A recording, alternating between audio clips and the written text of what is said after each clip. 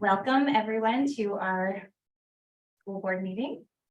We'll go ahead and call this meeting to order. We're a tiny bit delayed because we were celebrating all of our wonderful retirees right next door. So thank you for your patience. And we'll start with our land acknowledgement. Dr. Sweeten. Yes, we honor the first peoples of these lands by acknowledging that the area in which we gather is within the traditional territory of the Stillaguamish tribe of Indians. The Stillaguamish people have inhabited these lands and waters since time immemorial, and their ancestors have remained in this territory to this day. The Stillaguamish people have continued to practice the traditional ways of their ancestors of fishing, hunting, and gathering. The Stillaguamish tribe has had these lands and cultural traditions passed on to them by their ancestors who believe that everything has a spirit and that they are caretakers of these lands and waters. Thank you very much. Next up, we'll have our Pledge of Allegiance. Will everyone please rise and join me for the pledge? I pledge allegiance to the flag of the United States of America and to the republic for which it stands, one nation, under God, indivisible, with liberty and justice for all.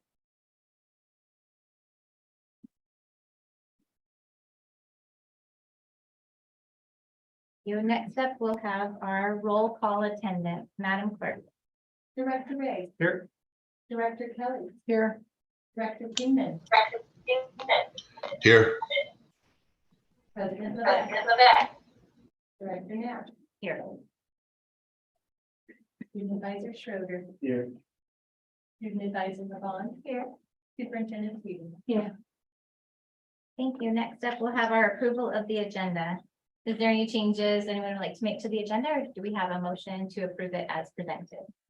I'd like to pull item Q from the consent agenda. You want to do that now or just Q? into that?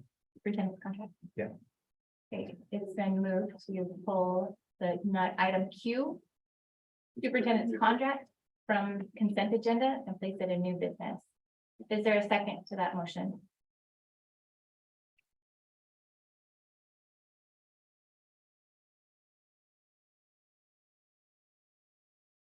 I'll go ahead and second it. Madam Clerk, can we take a vote on the agenda as changed? Sure. Director Ray. Aye. Director Kelly. Aye. Director Kingman. Aye. President Levesque. Aye. Thank you. The agenda is approved with the change from consent agenda Q into new business. And next up, we'll have our presentation portion of our program. We'll start with our introduction of our new student advisors. Dr. Sweeting. Good evening. I'm going to come down here because I want the students, the new student advisors. We have several opportunities for students to be part of our team and to give us feedback and input. And we have interviews and based on some applications. And so first I would like to, and just make sure they're here, but Nathan Nichols, here. Come on up, Nathan. Nathan, congratulations. Nathan is going, and fortunately, Kyle is, as you can see, we're celebrating Kyle tonight too, because he's going to graduate, and that's awesome. But Nathan is going to join the board for the next 2 years. So we're really happy that you're going to be with us and help us with all the wisdom that you have in the inside of the students. So thank you, Nathan, for being with us. Congratulations. And next, we have a group called the Advisory Council for Education, and we have student representatives on that group. And we have 3 new individual students that are going to join us. And so Kiara Wilson. Come on up, Kiara. Arissa Matthews. Come on up. And Adrian Portinelli. Okay, so one thing I'll say about these 2 individuals, they're both in 8th grade right now. They're going to be in 9th. So this will be the first time that we have opened up the opportunity for the 9th and 10th graders to be on this committee. And it's a commitment for them to come on a monthly basis and share their insight and their wisdom. The advisory council is made up of parents and staff and students. So thank you. Congratulations.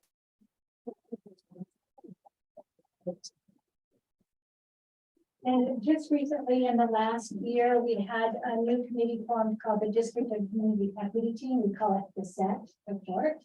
And I'm going to invite the new student advisors for that group as well. Elena Mitchell. Did I pronounce that right again? Oh, good. Thank goodness. Zephyr Serenati. Did I say that right? Okay, close. Thank you. And Alex Phillips. So these three will join other student advisors on our district community and equity team. And we really, that committee has been very helpful in getting a policy in place and recommending to our board a policy on equity and equitable practices, as well as a plan. So these three will join parents, other students, and staff in making and propelling that work forward. So thank you. Congratulations.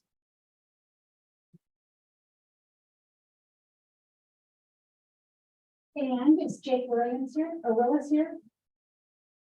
So Jake interviewed and he will be a student representative for the facility advisory committee. So basically we have students that are on all the committees that we have, and we need their voice. And so those are new advisors, student advisors. So thank you.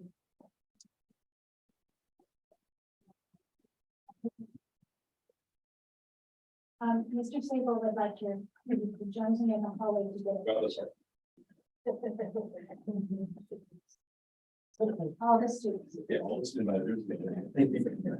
And thank you guys very much for coming tonight and for helping us.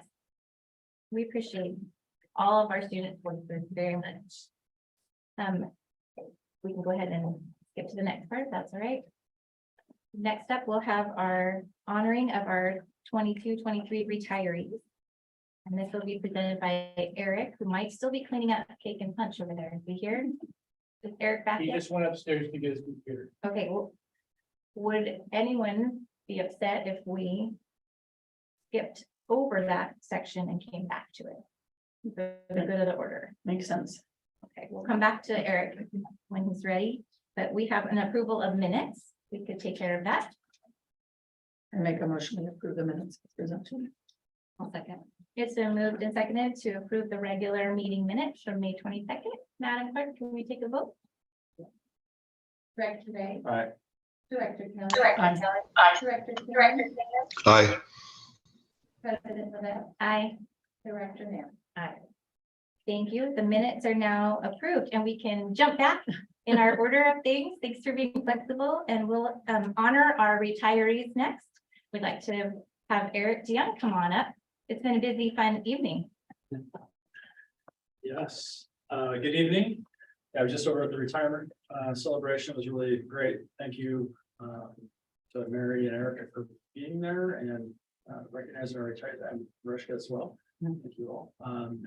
We have a good crew of retirees this year, 487 years of experience. And it was, quite a cast of characters, honestly, that we have retiring this year. Some really, from classified employees to certificated teachers and everywhere in between. So we're gonna miss them all and wish them well. I think we have a little video presentation that we'll see all of our retirees here. Step out of the way. Thank you.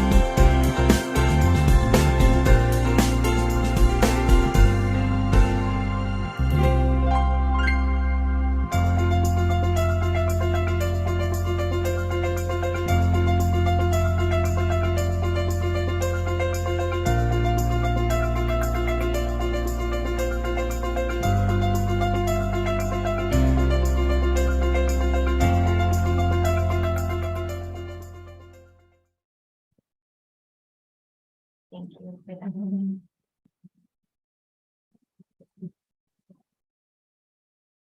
Quite an impact, quite a ripple effect, quite a group of people. Next up, we'll have our public portion, or public comment portion of our meeting, and we do have some people that have signed up to speak. And I'm going to read a little script so we all know what we're doing. The board recognizes the value of public comment on educational issues and the importance of involving members of the public in its meetings. The board appreciates feedback in order to make the best decisions possible to benefit students.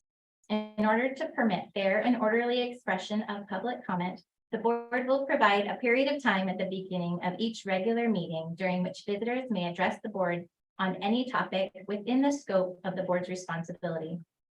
Anyone addressing the board tonight, whether it be in person or virtually, has completed a public comment form and read and agreed to the district's instructions for public comment prior to this meeting being called to order. When the board president calls your name, please step up to the podium if attending the meeting in person. If attending the meeting virtually, please join as a panelist, allow video, and unmute your microphone. Please refrain from comments that are an invasion of privacy, violate school district policy related to harassment, intimidation, bullying, or discrimination, are disruptive, irrelevant, libelous, slanderous, or profane. And please limit your comments to 3 minutes. The board does not respond to questions during the business meeting in order to comply with the state of Washington's Open Public Meetings Act. The board's silence does not signal agreement or endorsement of the speaker's remarks. Depending on the nature of your topic or questions, the superintendent may ask staff to contact you to answer questions or provide information. The board president may interrupt or terminate an individual's statement if it is uncivil or exceeds the allowed time. Each speaker will be given 1 opportunity to speak. And so I have the first speaker that's here tonight, Shannon Summer. Would you please approach the podium?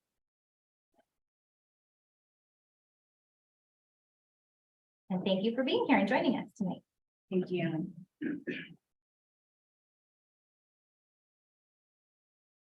I'm a little hoarse, so please forgive me. Dear Dr. Sweeting and all the Arlington School Board members, I just wanted to share with you my family's experience with Stillaguamish Valley Learning Center this year.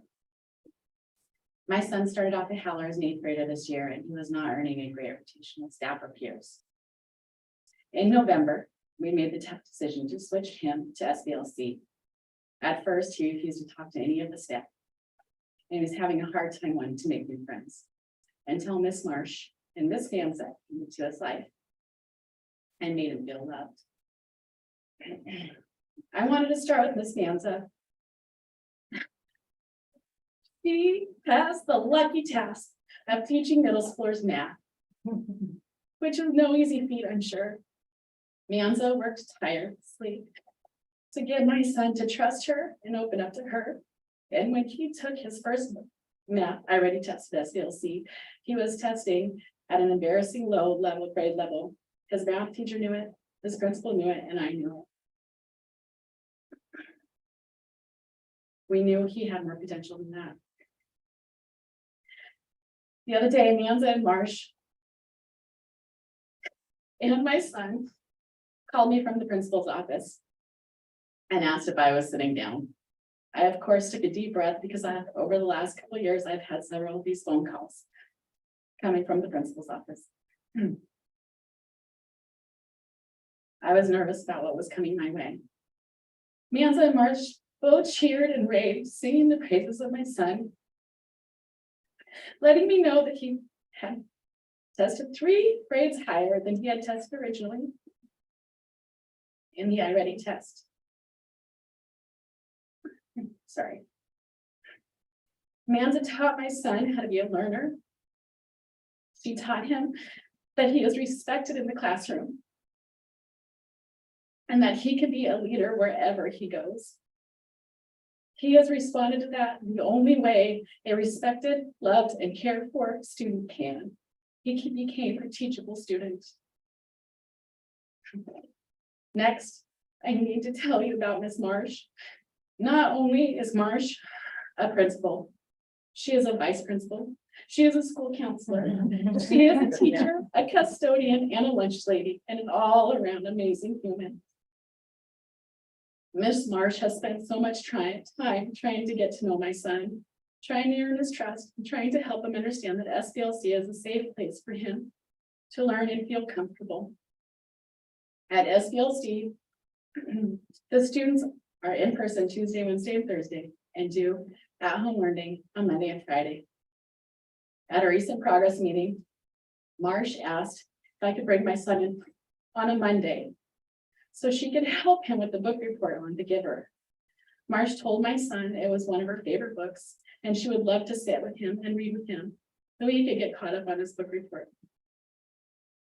The principal, vice principal, school counselor, teacher, custodian, and lunch lady took time out of her Monday to read with my son, engage with him personally, and let my son know that he was cared for and that his education was important. When I was driving my son to school the other day, we were reflecting on his year at SBLC. I was doing most of the talking, and I reminded him of all the amazing things that Meals and Marsh have done with him for him and have taught him this year. I reminded him how well he has done in his classes and that he's become a leader and a respected peer and learner. Then I asked him, do you think Manza and Marsh treat all of their students at SBLC like this? And he simply replied, yes. Could you imagine if every teacher or principal made their kids feel heard, respected, loved, understood, and cared for, and taught them how to be learners? I think everybody should take note of these two amazing Arlington School District employees. I appreciate them more than they could ever possibly know. Thank you for listening. Shannon's none.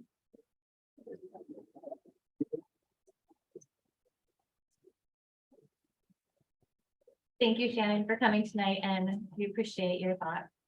Next up, we'll have Sandra Matthews, who's super prepared. Not surprised. Well, right. All right, a little nervous to be up here, but good evening, everyone. My name is Sandra Matthews. My daughter Everly Matthews is in 3rd grade at Pioneer Elementary. As a parent, we always have the worry on how our children will adjust with their new teachers every single year. With Everly, I have that extra worry which comes with a student on an IEP. I am fortunate enough to know most of the staff at Pioneer due to volunteering and her having 2 older siblings that have gone through. Every year, we discuss placement choices for her during her IEP meeting, which helps me feel more at ease of the unknown. To backtrack a little, we opted for online learning for Everly for her 1st grade year. That was when COVID, took over. So getting her back into the classroom come 2nd grade was a challenge because I kind of felt disconnected from, being in the building and being able to have that discussion face to face. And we had a Zoom IEP meeting. Needless to say, my mom worry brain was weighing heavy on her placement. And then we soon found out Everly was placed with Mrs. Hadley for 2nd grade. I did not know much about Mrs. Hadley other than her daughters who play volleyball. To say I was nervous is an understatement. That nervousness soon went away. I soon discovered how amazing, compassionate, patient, kind, and loving Mrs. Hadley is. She treats her entire class as if they were her own children. I truly could not ask for a better teacher for Everly. Everly started 2nd grade behind academically. This did not stop Mrs. Hadley from getting to know my child and getting her caught up to grade level in no time. She had a reading and understanding math, which was trouble for me at home trying to get her to learn because she didn't want to learn that from me. No, I'm mom. I wanted to write this letter of recognition at the end of 2nd grade, but then I found out that Mrs. Hadley was moving up to 3rd grade. I was hopeful Everly would move up with her so they could continue with their learning journey.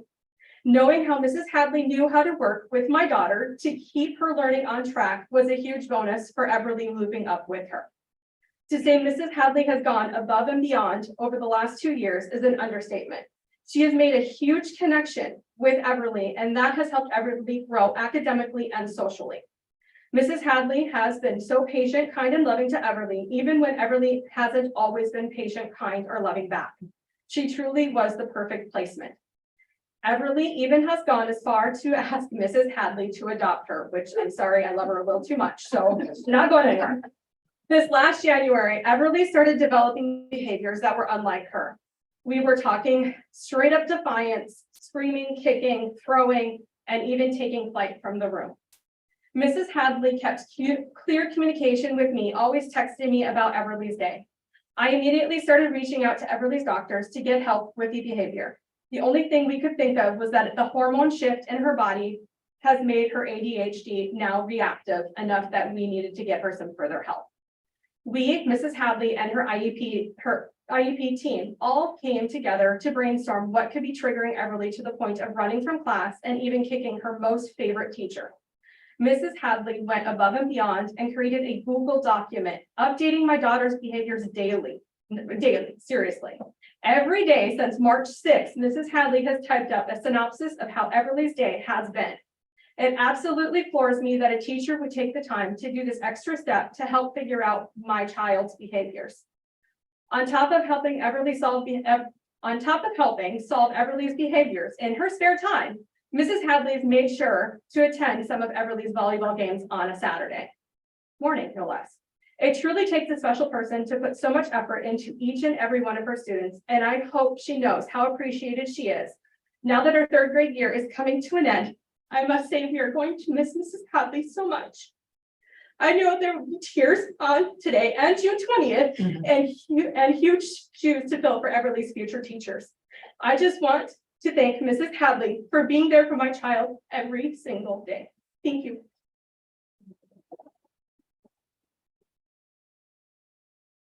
Thank you, Sandra. Thank you for coming tonight and sharing your thoughts. Is there anyone else that has signed up to speak? Is there anyone here in person who would like to speak up and have not yet filled out a form? Is there anyone on Zoom? Okay, we'll move on to the next portion of our. There was a written public comment, but I don't know if we have to read that one out loud. No. But everybody should have that at their desk to read. Next up is our consent agenda, which hopefully is revised now. And do we have a motion to approve the consent agenda as it has been amended? Make a motion, we approve the consent agenda. It's been moved and seconded to approve the consent agenda. Madam Clerk. Director Ray. Aye. Director Kelly. Aye. Director Keenan. Aye. President Levesque. Aye. Director Nell. Aye. Thank you. And next up, we have our new business portion of our meeting. And we'll start with our resolution 2303, honoring student advisor to the Board of Directors. Kyle Schroeder. We'll start with Dr. Sweeting. Do you want us to come down? Yeah, I think Or we're just just stay staying here? in. So, we're gonna honor Kyle tonight. He's been amazing, a student advisor. He has taught us so much. And I know that the wisdom that he's had has been, helped us make better decisions. Been great at taking notes, asked great questions. So we're very grateful for that. We really wish you the best. We have a resolution that will forever be in the history of Arlington Public Schools. So I'm going to start and then the board members are going to finish it. Be it resolved by the Arlington Public Schools Board of Directors as follows. Whereas Kyle Schroeder has faithfully served as student advisor to the Arlington Public Schools Board of Directors from 2021 through 2023, and whereas Kyle Schroeder, while performing the duties of student advisor, worked a part-time job and successfully managed his studies, maintaining a 3.78 GPA, and Whereas Kyle Schroeder is the current president of the Knowledge Bowl team and has been a member of the team. Whereas Kyle Schroeder enjoyed an academic challenge and has been accepted into Washington State University, where he plans to pursue pre-med. Whereas Kyle Schroeder takes meticulous notes, asks great questions, and provides valuable student perspectives and insight during the board meetings.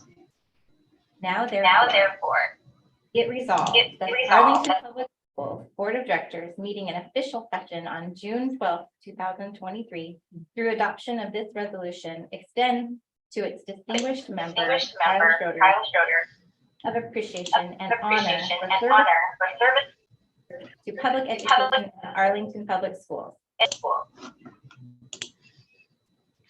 be it further resolved that this resolution be made part of the official record of the Arlington Public Schools Board of Directors, and that a copy of this resolution be presented to Mr. Kyle Schroeder.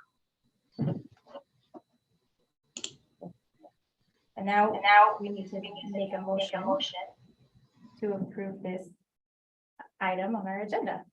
Make a motion, we approve the resolution of appreciation honoring student advisor Kyle Schroeder. It's been moved and seconded to approve resolution of appreciation of Kyle Schroeder, 2303. Madam Clerk. Director Ray, Aye. Director Kelly, Director King, Aye. President Levesque. Aye. Director Dale. Aye. And we have a gift for you. So we're gonna pass it down.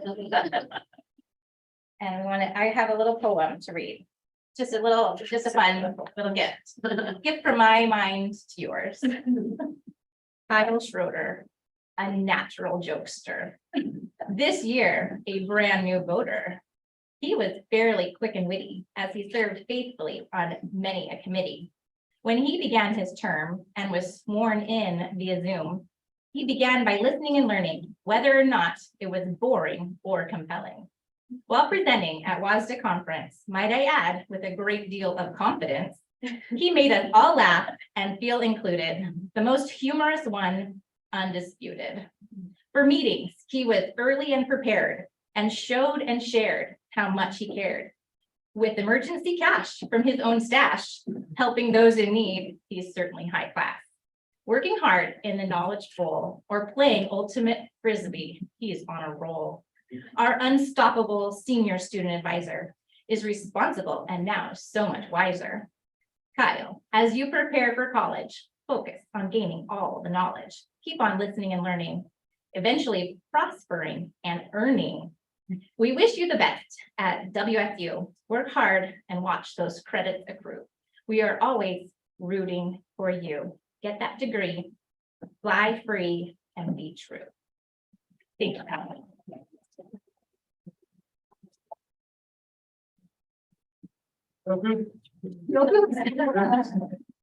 Okay, we wanted to pause for just a second and recognize that Kyle has family in the audience. And we want to say thank you for sharing him with us for these last 2 years of most fun adventures. So thank you very much for being here.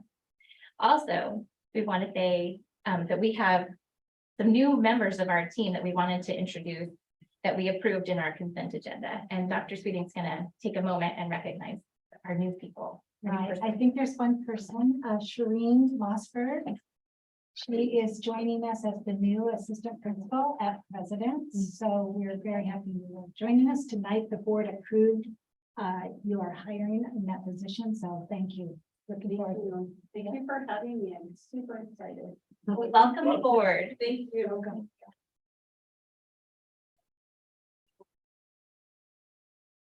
Right, next up is our Advisory Council for Education, our ACE annual report.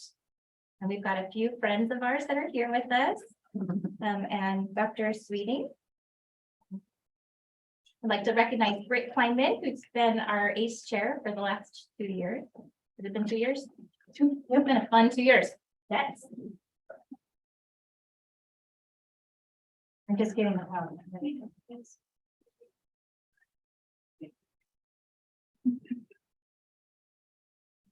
So, good evening. I'm just going to start this presentation. Britt is the chair, this year's chair, and she'll be next year's chair for the next 2 years. And so she's going to speak tonight and give us some information about what we've been up to this year.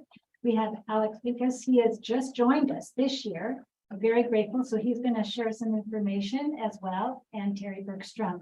So welcome. One thing before they get started is everything that this group does is aligned to support our strategic plan. There are 4 goals within our plan, and this group works hard to learn as much as they possibly can about every aspect of the district. And then they study certain topics. So they're going to share a bit more about the work that the ACE committee does. So Britt, take it away, and I'll drive the perfect presentation.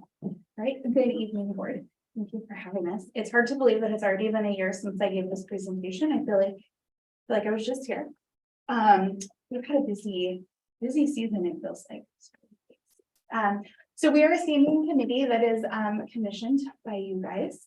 And so we are based on policy 4110 and procedure 4110P. So it's our job to help advise you guys on certain topics, be up to date on things going on in the district and the community, and then providing feedback and research on topics that you guys assign us with. Our committee is an ongoing committee, so most of our members are appointed for a 2-year term. Although we're very lucky, with the exception of our graduating seniors, many of our members stay on for several years, which is great to have some longstanding members there. We do have vacancies occasionally throughout the year, and we'll appoint those as needed. For leadership, we have a chairperson and a vice chairperson that has to be approved by a majority of the council that serve a 2-year term. And the chairperson works jointly with the superintendent and director of communications, preparing agendas, running those meetings, and picking topics. As Dr. Sweeting said, I've served the last 2 years as the chair, and I was selected again at our last meeting to serve the next 2 years as the chair again. The superintendent, a designee, and the director of communications work with us and as our support team. So we work to run that committee together for you guys. And then our director of communications serves as our secretary and does our meeting minutes as well. Gary keeps us on task and on points. Some of the responsibilities and work that we do is help prepare and participate in strategic planning and providing recommendations to the school board. We research topics which you guys would like more information about, or a topic that somebody on our committee has brought up. So over the years, we've had members say like, hey, we want to look more into a specific topic. And so we'll research that. And then as we see fit, pass on recommendations to you guys for further discussion. And then we also receive general information from the district and school administrative staff throughout the year. So we get presentations on everything from our student nutrition, our special education, categorical programs, facilities updates, budget and finance updates. All of those are things that we discuss and work on throughout each year. It is our job to serve as a key communicator to the community. So our goal is to come to these meetings, learn, gather information, and then help spread those throughout the district, maybe to areas that don't necessarily listen to the school board meetings or read all of the newsletters. And then we also often populate other committees and subcommittees. So we have members that are part of PTA. There's a few of us, including myself, that serve on the budget advisory task force that helped with some of the budget decisions this year, and other subcommittees. And then we give presentations like tonight to you guys as needed. Okay, I'm going to pass it off to Terry to give you a little bit of information about some of our membership. Hi, I'm Terry. Under the membership, so school representation, Eagle Creek, we have Alex here, and then there's an open spot for Pioneer. Kent Prairie is open, and Megan Hodgkin is at president. Holler Middle School, Brittany and Stacy are post, Sarah Blake, Arlington High School, Carrie Pendray, and Weston is open. And then the Ray Johnson. Oh, that's a name for the past. And then the community, community PTA PTSA, Terry Bertrand. And then staff representatives, Carrie Henderson Burke, Carrie Marsh, and Nurse Ann. Certified AEA representative, that's a position that's open. Gary Sable and Chris Sweeting, superintendent. And is that me, or am I done? I'm done, cool. Yeah. My favorite part of this committee and this role is working with our student representatives and getting to be on a few different sides of it, working monthly, and then also getting to help select our new advisors. So we're very lucky to have Grant Kramer, Ava Wolf, Alyssa Acosta, Rosa Barley, sorry. They are our current representatives that have served with us already for a year and have one more year with us. Tonight you met Kira, Arissa, and Adrian. They are going to be our newest representatives that we interviewed a few weeks ago, and will start with us in September. We're very excited about that. We also will have 2 senior representatives that we'll talk about in a moment. Each of you get to select a person to serve as your representative on this committee. So we have Erica Bruff, Lauren Hunter, Judy Fay, and Erica Coghill, and we currently have an opening for District 5 or 4, sorry. And then we also have Mary and Erica that sit on the committee with us. Mary, I believe we have at least for one more year, and Erica has, if I'm not mistaken, has decided to move into serving on another committee for next year. You will be missed, my friend. I might pop in. Good, you should. Here's some of the topics that we discussed and learned about this year. So we talked about our equity efforts, the equity policy that the school district has that we just made some changes to, I believe, 2-3 weeks ago. Initially, that started with the ACE committee. We started the groundwork to create that and worked on its first drafts. We talked about academic and student well-being, district updates, family and community survey results, our capital projects. We get a discipline update and policy review every year. School and district improvement plans, our elementary, secondary school relief, our ESSER funds. That's a term I'm sure we've all heard many times recently. We got to have a presentation on categorical programs, our assessments, student nutrition, and which was very interesting to learn about that program and how all that works. We got to learn how school funding works. Gina came and gave us really an in-depth talk about how school funding and budgeting works. Our special education programs, college and career readiness, technology, robotics. Every year we get a report on student attendance and our truancy board. And then we have talked about climate change and our need for reducing our carbon footprint and going more green in the school district. All right, I'm going to turn it over to Alex. I hide behind the doctor is going to correct me if I say it. I'm on your team. I'm on your team. So we brainstormed some ideas, what we want to research next year. So replacing post and tour, try to get the community to understand need versus nice to have. So convince people that this has to happen. Safety, security, tip line alerts, and types of emergencies in the district. How we can lessen our carbon footprint. Studying different building designs by incorporating SVLC and the post, possibly different ideas, theories like that. How we can enhance child nutrition, student well-being, anxiety, SEL and strengthening families. We need to figure out whether vaping is good or bad. We need some more information on that. And then more information about categorical and special education programs. So, but what we also discussed is we're a subcommittee for the board. So if you guys had topics that you wanted us to research and such, we would like to hear about it. I have one right now, can I share it? That's right. A balanced calendar. It was a big topic in our WASDA meeting, and I think that was even 2 years ago. I don't know, that was this past year, but balanced calendar meaning it's a full school year. It's a very nice term for 6 weeks on, a week off, 8 weeks on, 2 weeks off. This has happened in many places, and I don't recall the district. I want to say it's Middle or Eastern Washington that is successfully trying that. And you know, I think I'd like to get some more information on that. That's a great one, Sherry. And I know we briefly touched on that a few years ago. We talked about alternate school schedules. Some of the things we discussed were things like switching elementary and secondary start times. Yeah. And year-round school or having some sort of a track system was one thing that was briefly discussed. But we are definitely going to put that on our list for things to tackle next year. So thank you.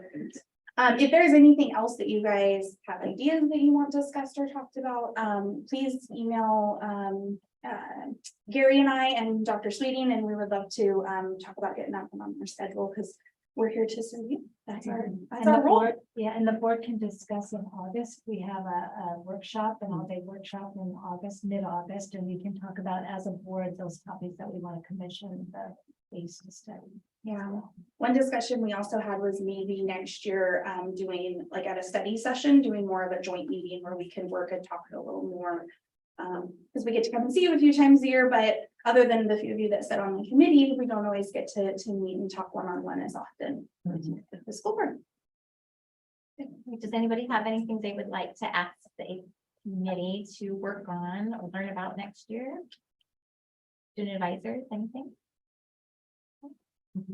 I think for myself, I really am interested in finding out if y'all are gonna do like a subcommittee about the reducing your carbon footprint. I was doing a lot of reading this week about different, like what New York is doing is mandatory composting because they're finding that the food waste is, contributing to the methane, which is the greenhouse gas. Yeah. And then also, there's several schools in Washington who have done like milk, instead of milk cartons, like the dispensers.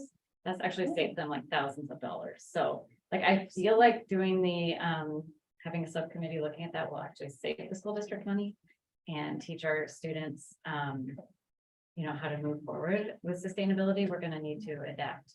So, the climate is changing. So I just would love to see that. Yes, I love that idea. Going green and reducing our carbon footprint is a topic that's come up several times the last few years. We've had a couple members on the committee that have done some presentations that are really passionate about it. But we had found that we've had a little bit of a struggle with getting enough buy-in from either the whole committee, or we've tried to create some partnerships like with some of the clubs at the high school. But I know that we've got some emails and some feedback from members this year, especially about wanting more of that, that I think maybe it's time to start looking at, do we need to do a subcommittee about going green and, reducing that carbon footprint? So I really feel that that is something we should be pursuing for the next school year. Yeah, that'd Thank be you. amazing. Thank you. Yeah. We do have two seniors that are going to be leaving us. They're done. They've served their 2 years. So we have Madison Griffith and Morgan Haverly. I don't know. I don't think I saw either of them this evening, which is a bummer. I saw today on the high school has been posting their top 10 academics, and they posted Morgan's today, and we're talking about all the great things that they've done. And I had to add on there, I'm like, wait, they're a representative on ACE, that should be included too. Like, they've put a lot of work and effort into this committee the last 2 years. So we just want to say congratulations to those two, and thank you so much for their work with us the last couple of years. That is the conclusion. Do you guys have any questions for us? How many members are on your ACE committee now? Go back to the list. To count this line. It's fairly light. I would, 20. we're in probably about mid-20s. A little bit more than when I was on it. Okay, good. I would say that we have probably between 15 and 20 very active members that are regularly at the meetings. Yeah. Okay. And then we have, a handful that we sometimes only see a few times, just kind of depends on the season that we're in. I know that we've worked hard the last couple of years to try to bulk up. My goal would be that every school has at least 2 representatives, and then we have a bigger group that's coming and representing all areas of the district. We need more community involvement. Each school should be represented. A variety of staff from different roles in the district. I think that's an important thing to have multiple voices. And also just say that one of you mentioned something about unification, let's say post an SBLC. I would like to hear what that looks like.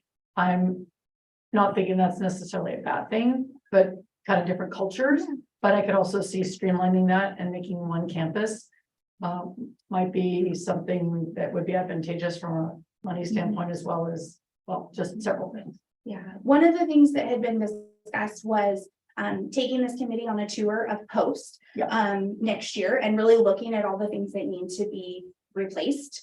And then kind of in conjunction with that is when we pass a bond to replace Post, looking at different building formats and what that looks like and how that can better serve a larger demographic of the district. Is there a way that we could, move SDLC out of having to be in that portable system and have them on the same campus as Post or other programs? Right. Yeah, that's definitely something we would like to talk and discuss more. And I'm sure that we would meet with the facilities advisory committee on some of that stuff. And I think there's other members of the ACE committee. I think Ann's here. Who else is here? Stand up, Ann. Thank you for your service. Okay, anything else? Right, thank you so Thank much you for being here Thank tonight. you. Corey. Appreciate you. Next up. That was the best clapping so I far. know, that was about that, Mary. It was the wave. It was the wave. Next up, we'll have our Universal Design for Learning UDL update about co-teaching, and we'd like to present Carrie Henderson-Burke, our Executive Director of Teaching and Learning. And she brought her people, Nikki and Kyle from the high school. And we're all ears. Thank you so much. It's June already, so this will be our last UDL presentation for the year. We've heard from a lot of people this year about what's happening with Universal Design for Learning. We heard from Judd Hunter representing high school PE. Remember how they address variability just by having a huge variety of courses to offer, and then individual variability in instruction. We heard from 2 middle school science teachers about how they provided for variability in their assessment practices, giving kids some choices and some requirements. We heard from Eagle Creek teachers about how they're planning to prevent barriers from happening before the barriers begin in class with what they're doing with writing and science and math. And then one of the things that we really want to highlight about UDL is it's always about the general education classroom, right? The best place for every kid in our system to learn is the general education classroom. So in light of that, the last presentation we heard was from Sarah Durant and the Pioneer Life Skills Program, where kids are included in the general education classroom. It's good and benefits every child in the system. There were several tears I couldn't help but notice during that presentation, so I had to look through my own tears. So tonight we're going to address another kind of unique special education approach to Universal Design for Learning, but please keep in mind that it's always about the general education classroom. So we're going to have Nikki Anderson and Kyle Axelson, who are assistant principals at Arlington High School, and they're here to talk about co-teaching. I won't steal any of their thunder, I'll stop talking, but special education, but it's about the general education classroom. So that's our thesis for tonight. So. Right, yeah, thank you for having us. Just to go ahead, I'll let Nikki talk a little bit more about like the historical perspective, this being my first year at Arlington High School, but I just want to give a quick overview before we talk about anything else, just about what is co-teaching. So co-teaching is where you would place a general ed and a special ed teacher in a classroom together to try to reach all students in the same setting. We're trying to create more inclusion within our school.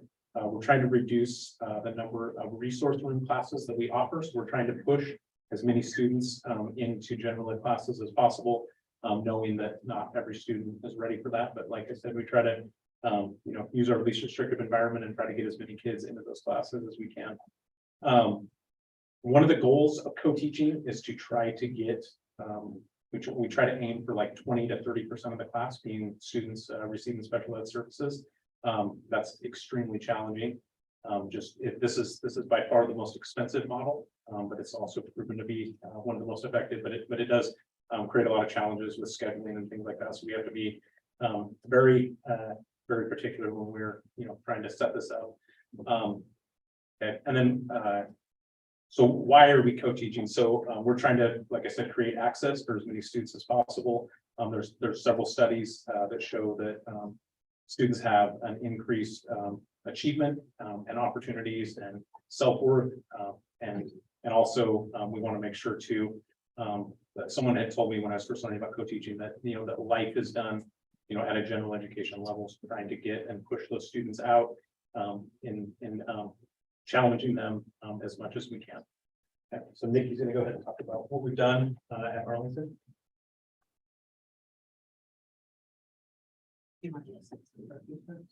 Oh, sorry. Right, yeah, sorry. So the 6 approaches to co-teaching. So when you put 2 teachers in a classroom, and this is another challenge with co-teaching, it's really hard to put 2 people in a room and just say, hey, go get them. There's a lot of dynamics that go into like getting along and trying to identify people that will work really well together.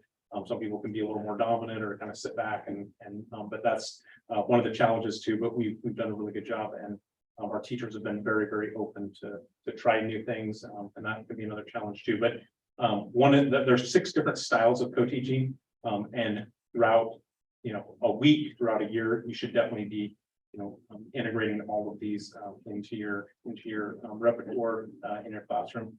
So the first one is one teach, one observe. So this would be where one of the teachers is teaching the lesson and the other person is observing, taking notes, maybe gathering data for their IEP. The next one would be station teaching, which would be where you would have one teacher teaching a group, you would have another teacher teaching a group, and then maybe even a third group that would be doing something independent, and students would rotate through those.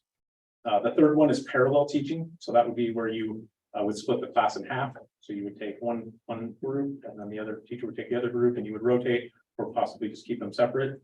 Alternative teaching, that would be where you have a majority of the class and maybe there were students that were absent or students that need to be, pre-taught or retaught. Something where you would pull back a small group and work with them. And then the next one would be teaming. That would be where you'd have both teachers up in front of the room, kind of taking turns going back and forth, providing instruction. And then the last one would be where one teacher is teaching, the other person is moving around the room, providing assistance to students as they're teaching. So last year before Kyle came, I met with our special education staff and our general ed staff that co-taught together and asked, how's it going? What types of things do you need? And one of the things that both our general education teachers and special ed teachers came to was we need to be able to share the same planning. In order for us to teach together, work together, we need to have the same planning. I don't know if you guys have seen the master schedule mess at a high school level, but it's a mess. And you have to try to make them have the exact same planning periods and balance the classes. It's not an easy task. This year, everybody was able to get the same planning. So that helped them work together, create instruction, allowing for more team teaching, along with some different classes that they took together. Currently, we have 35.7% of our special education students in a co-taught math class. English is at a 46.4% in a co-taught English class. So right now our English numbers are a little bit higher. Math continues to build, where English, it's a little bit easier to scaffold some of those things to hit our students. It's harder to shove a student into algebra that might not know how to even multiply yet. So it takes some time. We're working on some of those components within our resource classes to make sure they're ready and the success rates continue to stay high. So for next year, for our co-teaching, we're looking at an increase of 10% in our English classes. So we will have over half of our special education students in a co-taught class. 56% of our kids will be in co-taught. Is that all day or portions of the day? It's for English. That's So the they're- thing. So that's yeah, English. 6th period. Okay, so subject. That's subject, right? For math, co-teaching and algebra, geometry, modeling our world, we're gonna have a 20% increase and we will be at 56.5%. So we are now evening out about 56% both in English and math as far as our co-taught numbers go. So we are seeing that increase. It's taken some time between COVID and coming back and changing how we do things. It's taking a little bit of time to get on the same page, but we're moving in the right direction. Benefits for our students, they're able to learn with their peers.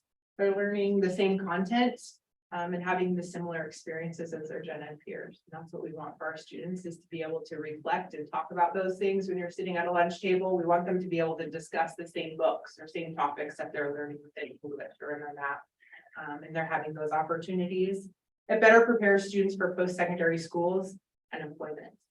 We want to make sure that it's not just post-secondary, but also the employment world, that they're prepared for that world. Building confidence in their self-esteem. And then students are achieving at a higher level. So we're starting to see that with our co-taught models. Nikki, do you mind if I ask a question since you just covered it? Yep. I'm not sure I'm 100% clear why the percentage increased so much. Is that the program and everything doing well? And we're able to do that? Okay. For student success, it's a little bit higher. We've looked at math curriculum, so we have our math curriculum, the engagement levels a little bit higher within our resource classes, and we're able to move more students into the general education classrooms. Awesome. Good job. All right, so Next up, so one of the things that we did this winter was we took a group, there was about 10 of us or so that went and visited Hidden River, which is in the Monroe School District, and we looked at some of the co-teaching that they're doing there, trying to get ideas of several people here that went with us. Also, this winter, Arlington High School sent 10 teachers to a co-teaching training. Actually didn't send them, it was on Zoom. But we were spread out around the school doing Zoom. We had 5 general ed teachers and 5 special ed teachers, 5 general ed and 5 special ed. So, and we had matched them up. One of the things that got a little complicated, I think about 2 weeks, maybe 3 weeks after we did this training, is when we got the news that we were going to have to make some reductions. So that ended up really kind of blowing up some of our plans and stuff like that. We had to adjust. We were able to make it work. It won't probably be, quite as good as we had things set up, but we like to understand, that there are things happening. So we also, right after the Zoom meeting, we started meeting as a group of the 10 of us that were all, or the 10 teachers and myself, working on kind of planning next year. And like I mentioned at the beginning, it's really, it's easy to put 2 people in a room and say, good luck or whatever, but we're really trying to be intentional about the instruction that's being delivered and things like that, because it can be really challenging and just trying to get to know each other and trying to learn strategies and trying to figure out the best way to do it, because it's not often something that you learn like in a college prep program or things like that. Next year, we're also going to be meeting once a month as a PLC, talking about things that they've tried over the last month and things that went well and things that they learned from that. Also, just trying to be more effective in our co-teaching practices and taking risks. I think that's the biggest thing, trying to get people, especially our special ed teachers, where they're not content experts in English or math, but they're special ed experts, and so trying to get them to put themselves out there and feel comfortable like leading a group of general ed students as well in a content area. And then also we're trying to reduce the number of our special ed classes and trying to increase, like I said, more co-taught classes. And then actually on Wednesday, myself and 2 other teachers are going to the state co-teaching conference, which is going to be down in Seattle. So anyway, there we go. I don't know if anyone has any other questions. I have a question. Of the 10 teachers that you have in this group, how did they like join the group? Did they volunteer or did you just select them to be? A little bit of both. So there were some teachers that said, I would really like to do that. And others, we had to have conversations, say, hey, would you be willing to do this? And trying to convince. So some people, we don't have anyone that's like, I absolutely don't want to do this. They were, they were all willing at a certain level to do it. But there was definitely some convincing with some of them. And just kind of go back to what I was saying, just it's gonna be uncomfortable and being in a room with someone else, and everyone has their styles too, classroom management, all that kind of stuff that you have to work out. I should say, I know we had some presentation with our special ed, we talked about that with our principal. I'm curious, would there be a possibility of seeing a video, or just like, I would like to visualize what you're describing, and I have not really seen it. I've seen co-teaching, but now co-teaching what you're describing with special ed and gen ed teacher, a snippet, not obviously the entire, but just something just to kind of get a sense of what that looks like. And it just would make me feel like this is a really great practice. And absolutely. Yeah, the training that we went through on Zoom and stuff, there were several videos that they showed about like different strategies and things that you can do in the classroom. Yeah, and just a feedback from the teachers themselves and building that rapport and how that's working for the students. I would also think it really meets the mark in terms of diversity, equity, and inclusion with the other students, because you're really among the students. They're all in that one. One thing I think I forgot to mention this. I said like the goal of co-teaching is to try to get like 20 to 30% special ed students to 70% general ed, because we had to reduce the number of co-taught classes that we're offering, and we're trying to push more students in there. We have a few classes I think that are going to be like 15 special ed students out of 30, so it's not ideal. But like I said, we're trying to make the best of it and make it work, and trying to figure out other ways to support those students besides just co-taught as well. Nice.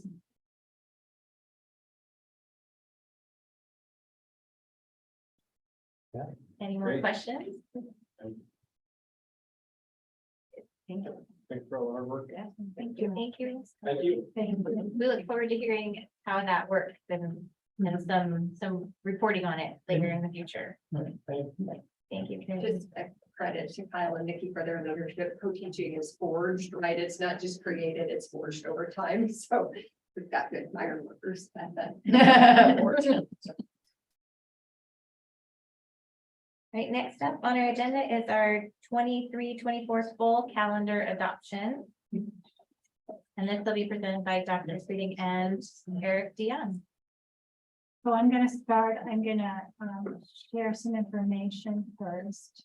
At the last board meeting, I shared information about the survey results. I did gather a bit more information. This slide you've seen already, but it was the students' response to the question about early dismissal on Fridays, or would you prefer a different day? And so as you can see, there was a larger portion of our students, 78%, that said that they would select Friday. So that's just coming back to this data point. The next slide was from the 366 staff members who responded, and as you can see, there was 77%, 74.4, almost the same as the students, saying they would prefer Fridays, although the second day that was preferred was Wednesday. We also looked at what our families had said, and so this was out of 809 family responses, and 92% said Fridays. The second large piece was for Wednesdays. I added, since the last board meeting, I did a survey to our district leadership team. And so what you can see here is different thinking on which day. So the preferred day from our leadership team is Wednesday, and there's reasons for that. It's because not at the end of the week, maybe pressure, thinking about the learning that's taking place. So not that this would change our direction at this time, but I think we need to be constant. We need to think about this as we move forward in time. The other consideration, the other data I wanted to share was, I'll get to that, I guess, because I want to share the discipline, or not discipline, and student attendance and staff attendance. This is just the data you've seen already about should it be early dismissal or late start. So students prefer the early dismissal. Staff at this point prefer early dismissal. Families at this point, early dismissal. The red is late arrival. This is our DLT. I like to give the colors. The colors help me here. So I just wanted to give perspective, in that there's a different thinking, from the leadership, and they're trying to engage our folks in learning as far as professional. So then, student absences, we looked at, Wednesdays versus Fridays, and just that how overall Fridays have higher absence rate for students. But what about our staff? Because the purpose of our early dismissals is to really provide time for our staff to engage in professional development. So the next slide shows, first of all, the first column is our certificated staff, and you can see that Friday one is for the whole year, And then paraeducators, because we engage them in the learning too during that time. Not quite in fact, the higher day was Thursdays. I don't know why. And then the last column is all staff. So just giving perspective as we move through time, and we consider future thinking about professional development for staff. So I wanted to share that information. And I'm going to stop sharing that slide right now. The board received today an email from one of our staff members. Just speaking to on the calendar that is before the board for action tonight, it includes not just the Friday, it has Fridays as early dismissals, 1 hour. And we did that reduction of the 1 hour from 1.15 minutes because of just making sure we have enough instructional hours for the whole year. But we have conference days identified, and there was a group of individuals, just Carrie's still here. So the individual that shared the comments with us, they're concerned about the timing and the place where the conferences are in the spring. So right now they are before spring break. And I will say that having been on several committees about assessment and what's the proper timing, for reporting and such, that the purpose of report cards, the purpose of conferences is, for one thing, is to really have that partnership with their families about letting them know and having conversations about how is my child doing. You know, so the conference time is to talk about how's my child doing. Report card, again, snapshot of how my child's doing. So there was a group of individuals, and I'm gonna ask Carrie to come up, to just share that there was a process last year of, you know, and we're in the beginning, we're still evolving, but just sharing that there was a group of people that got together since we moved from elementary to a semester basis of grading. You know, there was a question about conferences and when they should be placed, where should they be placed in the calendar? We rolled a lot of changes into one giant ball at the elementary level. The driving force was the shift from trimesters to semesters, which meant moving the report card to the middle of the year. And because and then at that point, in working with principals and some teacher feedback, also connected to report card changes, we placed conferences roughly at the quarter mark so that parents would have formalized opportunities to meet together and talk with the teacher one quarter of the way through the year, then have a mid-year report card, then meet at the third quarter to prep towards the end of the year. So kind of that formalized opportunity for parents and teachers to meet at the elementary level with the semester formal communication happening in the form of the report card. But we've got build up to the report card and then wrap up conference times plan. That was the general philosophy when we were putting the calendar together. And we talked about making conference dates predictable. It's not a change significantly from what it's been in the past, but always falling during the week of Halloween. And then the week before spring break, so that teachers would know and families would know, generally speaking, that would be when conference dates generally fall. Thank you, Carrie. Can I ask you a question? Yes. According to my recollection, when the kids are in elementary school, they're not all attending the spring conferences, but they're all attending the fall one. About how many, like, percentage wise kids come to the spring? We did actually, thank you. We did make the change back to 5-day conferences for every child in the spring.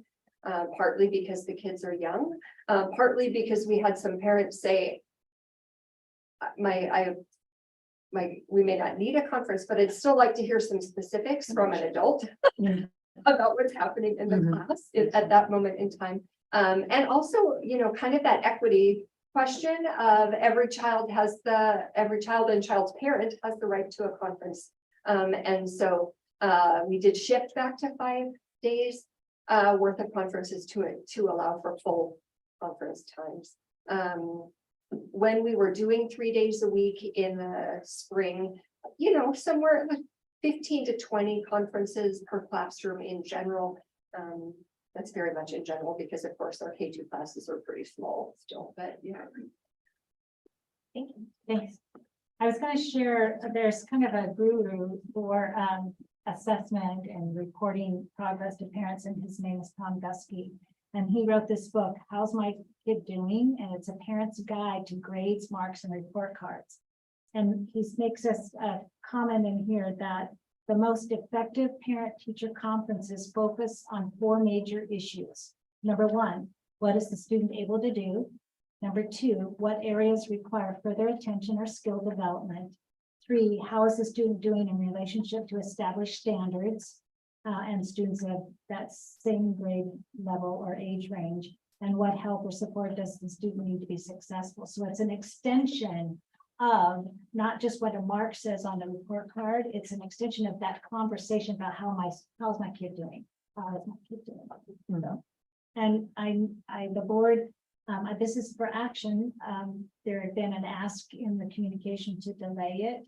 I don't know what further information, there was a mention that there could be surveys, but I'm not aware of the survey information, you know, that from the other schools. There's one school that I took a survey asking us to maybe have the conferences in February. But I'm willing, I mean, what the board is, if I could attempt to get more information, it will be tricky because we only have 5 more days left of school to get any additional information. So that's what I have.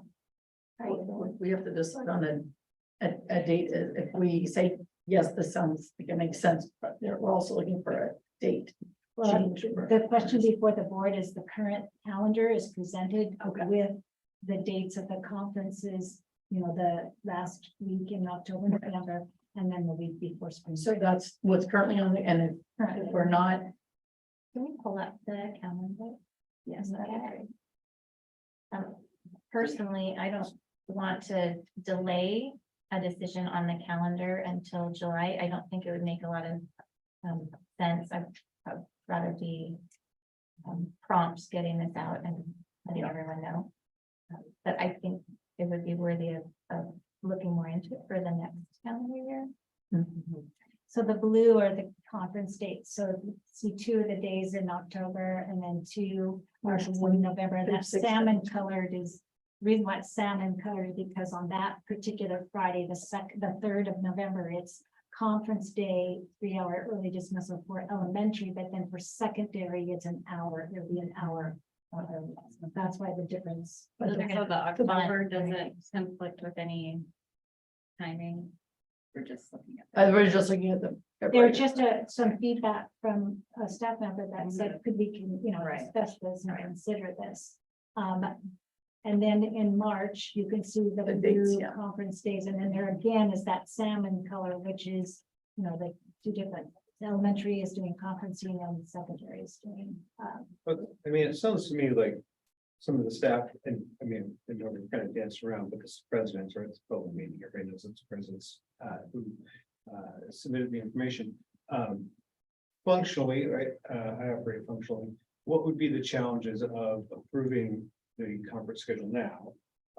Having more feedback done over the summer and in early September adjusting spring conferences? Would that be? it can always be adjusted. Okay. Right, I mean, does that functionally sound to me like it's that major of an issue? No, the only thing is just our parents make plans, but Sure. we've had to adjust during COVID, we've had to adjust. Adjust for the Everything. 15 minutes every Friday, so that's.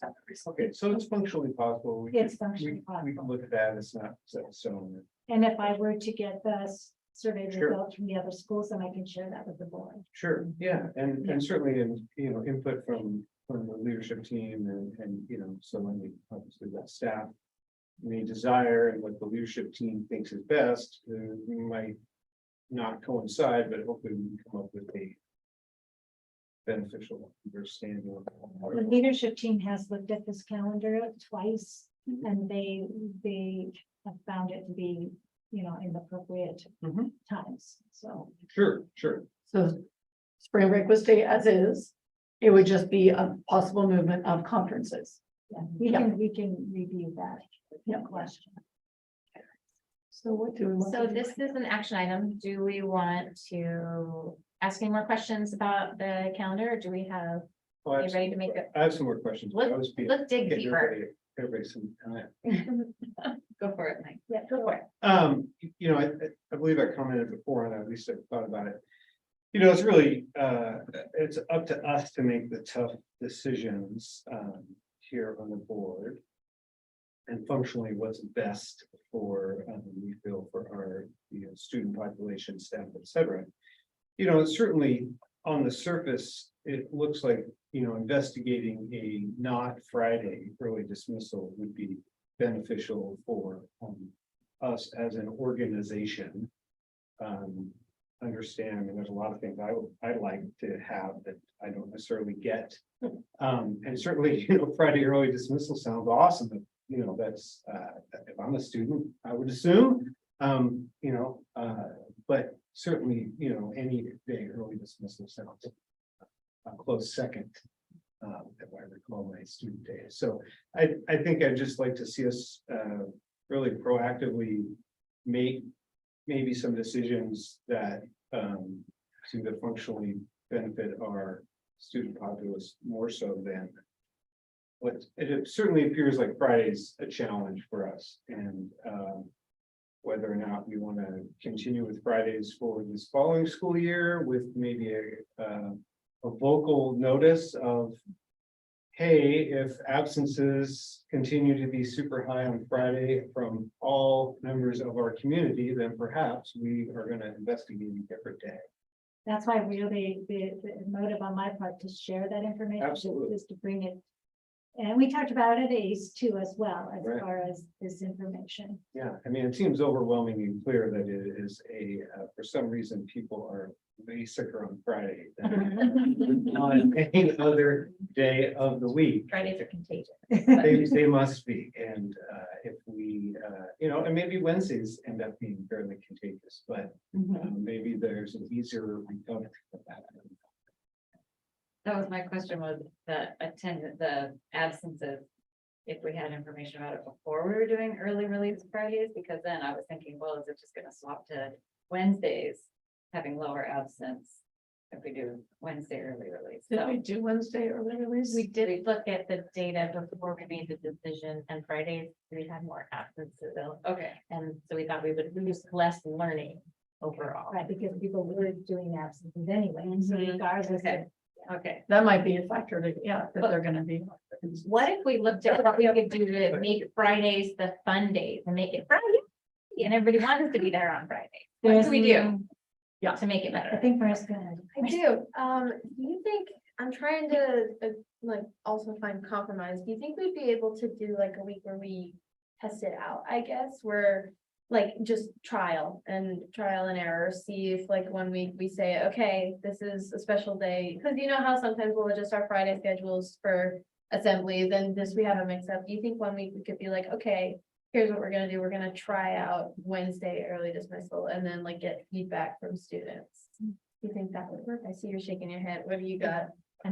So I get some I thinking busted appreciate your in. thoughts and ideas, and I agree with you, but knowing what I know, I think that that's just gonna be mass confusion for everybody, and it would potentially just be, oh, I thought it was this. or that. Yeah, that part's Like you are functionally present and here and Yeah. relevant to this, and I think it would be great for the populace who are like you, but I don't feel that many of those students would, just the engagement would be so drastically different. Yeah, Right. maybe like the first half of your second half of the year, I could see that as more functionally. I don't know, does that seem crazy to think that? Well, It would be confusing. I think Parents it get functionally. Oh, super easy, super easy. I think we collect the data again and we maybe do a checkpoint in the mid-year next year to see how we're doing, because it also brings awareness to our staff, awareness to our families about what, because the most important thing is that kids are in school. That's their school and their learning. Could we incentivize schools to compete for attendance on Friday and see That would be if fun. maybe there was a winner, they got some kind of special something? Because it is true, I will say Weston has Weston's their kind of higher weird. attendance on Right, Friday. that's- They do have. Yeah, do they have field day every Friday? They do a lot, they do These- different things. Yeah. They feed them, that's what's Yeah, happening. that's They great. feed them. Let's do it. You can be creative. I think a little school competition would be kind of fun. I know Andrew would certainly be on board. So. Pizza Fridays. Kyle, I know you don't have to worry about school scheduling anymore, but do you have any concerns on next year's school schedule? Last day of school looking good for other people? Yeah, Yeah, you have siblings? Yeah, so far it seems good. I feel like I'd be doing all of my fellow students a disservice. If I said I just have to put it out there. I like the Friday. I'm there with you. I'm a teacher. I like Friday. I wake up going, yes, I can. I'm out a little early today with the kiddos. Could we enhance our child nutrition on Fridays to have the most favorite meals served? not. Oh, What's that? We already do nachos on Friday. yeah. That's it. Two trips. Okay. Two for the price of one. Maybe we They all put the the kids got BLT the in charge of figuring out how to make it more fun on Friday. They're the ones that like Wednesdays. We have a thing in our room at English Crossing, we have, you have 5 full days of attendance. Then you tell the dean about that and then you get a party. So surprisingly, 2 weeks ago, I had to do a party. Can't say it was my favorite snack of choice because they were wound up even at 2:30 in the afternoon. But we're gonna have a mini explosion in my room. Pizza was definitely a clear winner. So after 5, though, so that was the impetus. I'm like, they are so excited. I think so-and-so is gonna show up today. And then it was there, they were screaming because they knew it was the 5th star. So that was So little things like that, right? Does anybody else have anything else about the school calendar in front of you? First day, last day, middle, anywhere? I have another question. When the pie chart that said that, the BLT preferred, late start. Oh, yes. What are the benefits of that? Like, why are people saying they prefer late start late start than early dismissal? I believe what I've heard is that there is also research saying that sleeping in benefits the students. And we had, in the ACE committee, we had talked about trying to come up with a later start for the high schoolers. So I think there is research that the leadership team was aware of, that having kids sleep in. And I know that in some districts such as Cedar Woolley, they have a late start, correct? For the young. There's other ones that do as well. Yeah. For There's the whole week or just that one day? just that one. They Just that one they get day. a chance to sleep in. which Yeah. is like, And so I see it's partly that. Mhm. Thank you. I was gonna say, looking at the calendar, when looking at the proposal by Laura, I kind of like if that was an option to move the conference week. I do like the suggestion for the February, right before I believe that's is it President's Day? Yeah, I think it's President's Day. So the 12th to the 16th, because that would become a 3-day weekend. That would be a little bit. The thing about it is that report. So Carrie, when do the report cards go out?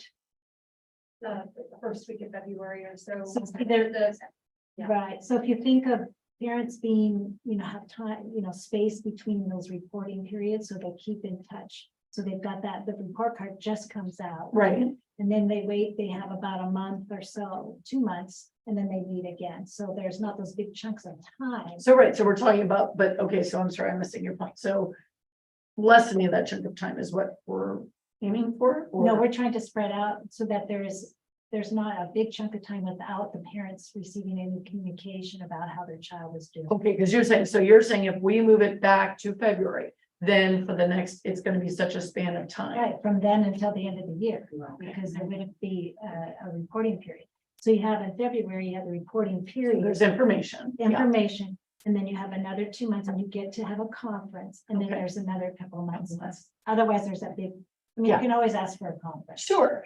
Okay. I But as hadn't far thought as about that. system design, Okay, and as far as other experts in that area. okay. I hadn't thought about that. You'll get us more information on that. We can talk about it more. Right. So what do we want to So do now? do we have a motion to approve the calendar that they worked really hard on, that took many, many meetings and many, many people for many, many, many hours? I can move that we approve the 23-24 school calendar. That's first. In second. It's been moved and seconded to approve the 23-24 calendar. As the Madam Clerk. Director Ray. Aye. Director Kelly. Aye.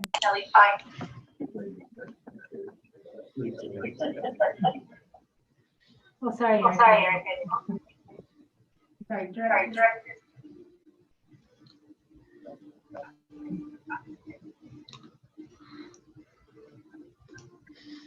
Director King. Aye. Thank you. Aye. Director Nat. Thank you. The calendar is approved. Next up is our annual McKinney-Vento report. Brian Law, thank you for being here.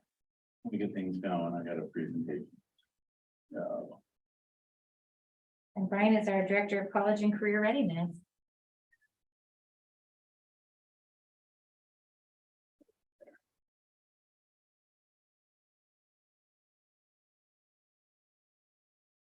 There we go. Hello. So McKinney-Vento is commonly referred to as our homelessness. And it's kind of a misnomer because most of our students actually have a home. They just don't have a right to be there. And therefore we define them as homeless. So the vast majority of our kids are in a home somewhere and staying. It's just their parents can't say, I have the right to stay in this home by some sort of legal document. And so that number generally floats right around 180 to 190 kids each year, K through 12. We're going to go through all that fun stuff. So in the state of Washington, we have about 4,000 students that meet this designation of not fixed, adequate, regular nighttime housing. And it's about 3.2% of the overall population. And we are not, in in any way dissimilar to these numbers. We represent them pretty clearly. We do have what I think are some pretty clear identification issues at certain schools that need to do basically a better job at helping to identify our kids. Assuming that the statistical numbers match. I mean, there's always going to be some sort of deviation, but if all the numbers should line up roughly at about 3.2%, we're missing quite a few. So we'll go through that. So we'll go over the McKinney-Vento Act again to make sure everybody's on the same page. Our qualification process, our research and our outreach, and then our data for this year. Please, I hope so much that you've already all looked at the data because there's pages of it. So I'm not going to go over every single thing detail-wise. Okay, so we're looking for our fixed, adequate, regular nighttime housing, typically because of some sort of emergency, financial or otherwise. We have a shocking and awful amount of domestic violence that occurs within our population. And so we have lots and lots of women who are running from various people. And those ones get really, really complicated because they don't stay in one location. And that's where Cheryl Powers comes in really big time, because she's the one that has to figure out how to get those kids to and from school. And she somehow magically makes it happen almost all the time, which I don't know how she does it. Thank God she does. That's all I have to say. Amazing. So we have quite a few kids that live in hotels, trailer parks. So a family living in a trailer in the trailer park, because of economic reasons, is considered homeless. A family living in a trailer park because that's the way they choose to live, not homeless. Lovely little distinction there. Okay, any campground is considered not appropriate, fixed, or adequate. Any car, park, abandoned building, substandard housing. So if you're in a rental, you even have a rental agreement, and for some reason your landlord wants to turn off your water, no longer is it adequate. You are now homeless. So there's lots and lots of things that qualify. And Shannon Sanchez, my McKinney-Vento specialist, does the vast majority of the groundwork. She's the one that calls and calls and calls and calls until someone answers. And then she asks these very awkward questions. Brenda used to do it if you ever want to know what it's like. And it is, and the reason that, quite frankly, Shannon saves a huge amount of time is she's actually sitting next to the phone and can actually get a call back. For me to do it while Shannon was out for 6 weeks. Oof, we're talking almost half of every single one of my days was just spent trying to keep up with the little bit I had to do. So it was tough. So I appreciate Shannon a lot. And then all of these same situations apply to our migratory children. In other words, we don't care where you came from. You're a child, we'll educate you. If you meet the McKinney-Vento standard, we just go with it. We don't really care. So, and you have to be our student. That gets a little weird and super complicated. But how we qualify, it almost always starts with our staff, and it's all of our staff. Not just our teachers, bus drivers. It's a lot of food workers. They see it more closely than almost anyone else. Hands down, after my teachers, they're my next. Our kitchen ladies, they're noticing when a kid is either eating way too much food or they're most likely running up a really, really high bill. And so then we start asking questions and we figure out why that's happening. So, and then once they do be qualified as McKinney-Vento, they automatically are qualified for free and reduced lunch. So then that problem goes away. At that point, either a counselor or an administrator will fill out some paperwork, which sometimes they do, sometimes they don't, but Shannon gets it done no matter what. And then we have 2 pieces of paper for everyone, their admit, and then their actual qualification. And then at that point, either Shannon or I qualified. If it's clearly a McKinney-Vento situation, Shannon just goes ahead and does it. But if it's complicated and, oh baby, do they get complicated, then I come in and we make a very clear determination and try to break it down as clean as we can. Okay. We've got lots and lots and lots of documents. So the student housing questionnaire goes to every single student every single year, digital, and it's printed for those who requested. Once we know about that, or we suspect there's a homeless situation, we fill out the McKinney-Vento intake form. This is the OSPI official one that they want us to keep on record, and we have records, piles and piles of records. This is also really handy because at this point, we look into the system and see all of the family members in that same family. And we ask about every single kid. Just because your sibling is homeless, you may not be. It gets super complicated with your life situation. And so we go through every single kid every single time. no exception, because we want to catch as many as we can. Because the goal is to remove that barrier to learning, and in most cases, it's almost always just getting to school. Okay. From there, we asked Cheryl and Shannon do the communication process of requesting transportation, which again is extremely complicated. Many of our students are not at a fixed address, and they have to update us, and they have to update Cheryl, and they have to update Shannon, and it just gets real complicated. And when they're little guys, we can really easily do it with their parents almost always. But as they get to that middle grade and then high school students, their parents, we have a tendency to see a lot less parent involvement. And that's typically why they're qualified as homeless. They're almost always unaccompanied homeless youth as well as the homeless. So at that point, we're tracking down teenagers who live in a world of pure chaos. We do our darndest and the counselors do our best, but you just struggle from time to time. And that's one of our areas of most struggle is identifying high school age McKinney-Vento students, because they're the best at hiding it, because there's a certain amount of shame associated with it. Or what we find also is they just flat out don't know. And we try to communicate in their terms and the way that they understand it, and it's just a struggle all around. So, and then this basically just, again, lays out exactly what Cheryl needs to know to be able to start that communication. If they're within our district, they just get on a bus like normal, no biggie. But we have a handful, about 40 each year, that are outside of our district. And so Cheryl starts the communication process with their district, and then they decide who's transporting the kid to Arlington and who's transporting the kid away from Arlington, and vice versa with other districts. She does that as well, yeah. I'm just a little confused. So how would you have, what qualifies a student then if they're not living? So they're our student now. Yeah. Financial situation happens and they move to Everett. Oh, gotcha. Our Okay. student. So. Okay, so then we, for the remainder of their school time, they're, life, yeah, okay, for the rest of their life if they choose. okay. There is no way to move out of McKinney-Vento unless you have fixed adequate regular nighttime housing. That is a relatively new change. We no longer unqualified kids unless we have really substantial evidence that they no longer qualify. So it makes for some fun conversation. Mhm. So our most farthest one right now is we have a kiddo who is driven by us from Ferndale every single morning and taken back every single night. Cool. How many miles is that? It's 90 minutes one way. About 75. Yeah. That's wow. So that was what was One way. determined, and this is a foster care kid slash homeless student slash all kinds of fun stuff. He has a real difficult life and story. And so that's what the best interest determination was made for him. And we go with it, we make it happen, because Weston is a unique program, and that's his best chance of succeeding. So that's what we did. And he was okay with 3 hours of being in a car a day. So you do what's necessary. So biggest thing, like I said, transportation. Second is food. Next is clothing, and kids closet, quite frankly, does almost all of it for us. We can just send them over with one of our counselors or one of our student support advocates. They just walk in, they get what they need, and they walk out. Super awesome, crazy convenient. We have Fred Meyer Teen Night, clothing for kids, Helping Hands of Arlington. There is a whole wraparound service process. But the big one is kids closet, hands down. They probably take care of 95% of our kiddos. When we're in need of pretty much anything clothing wise, period.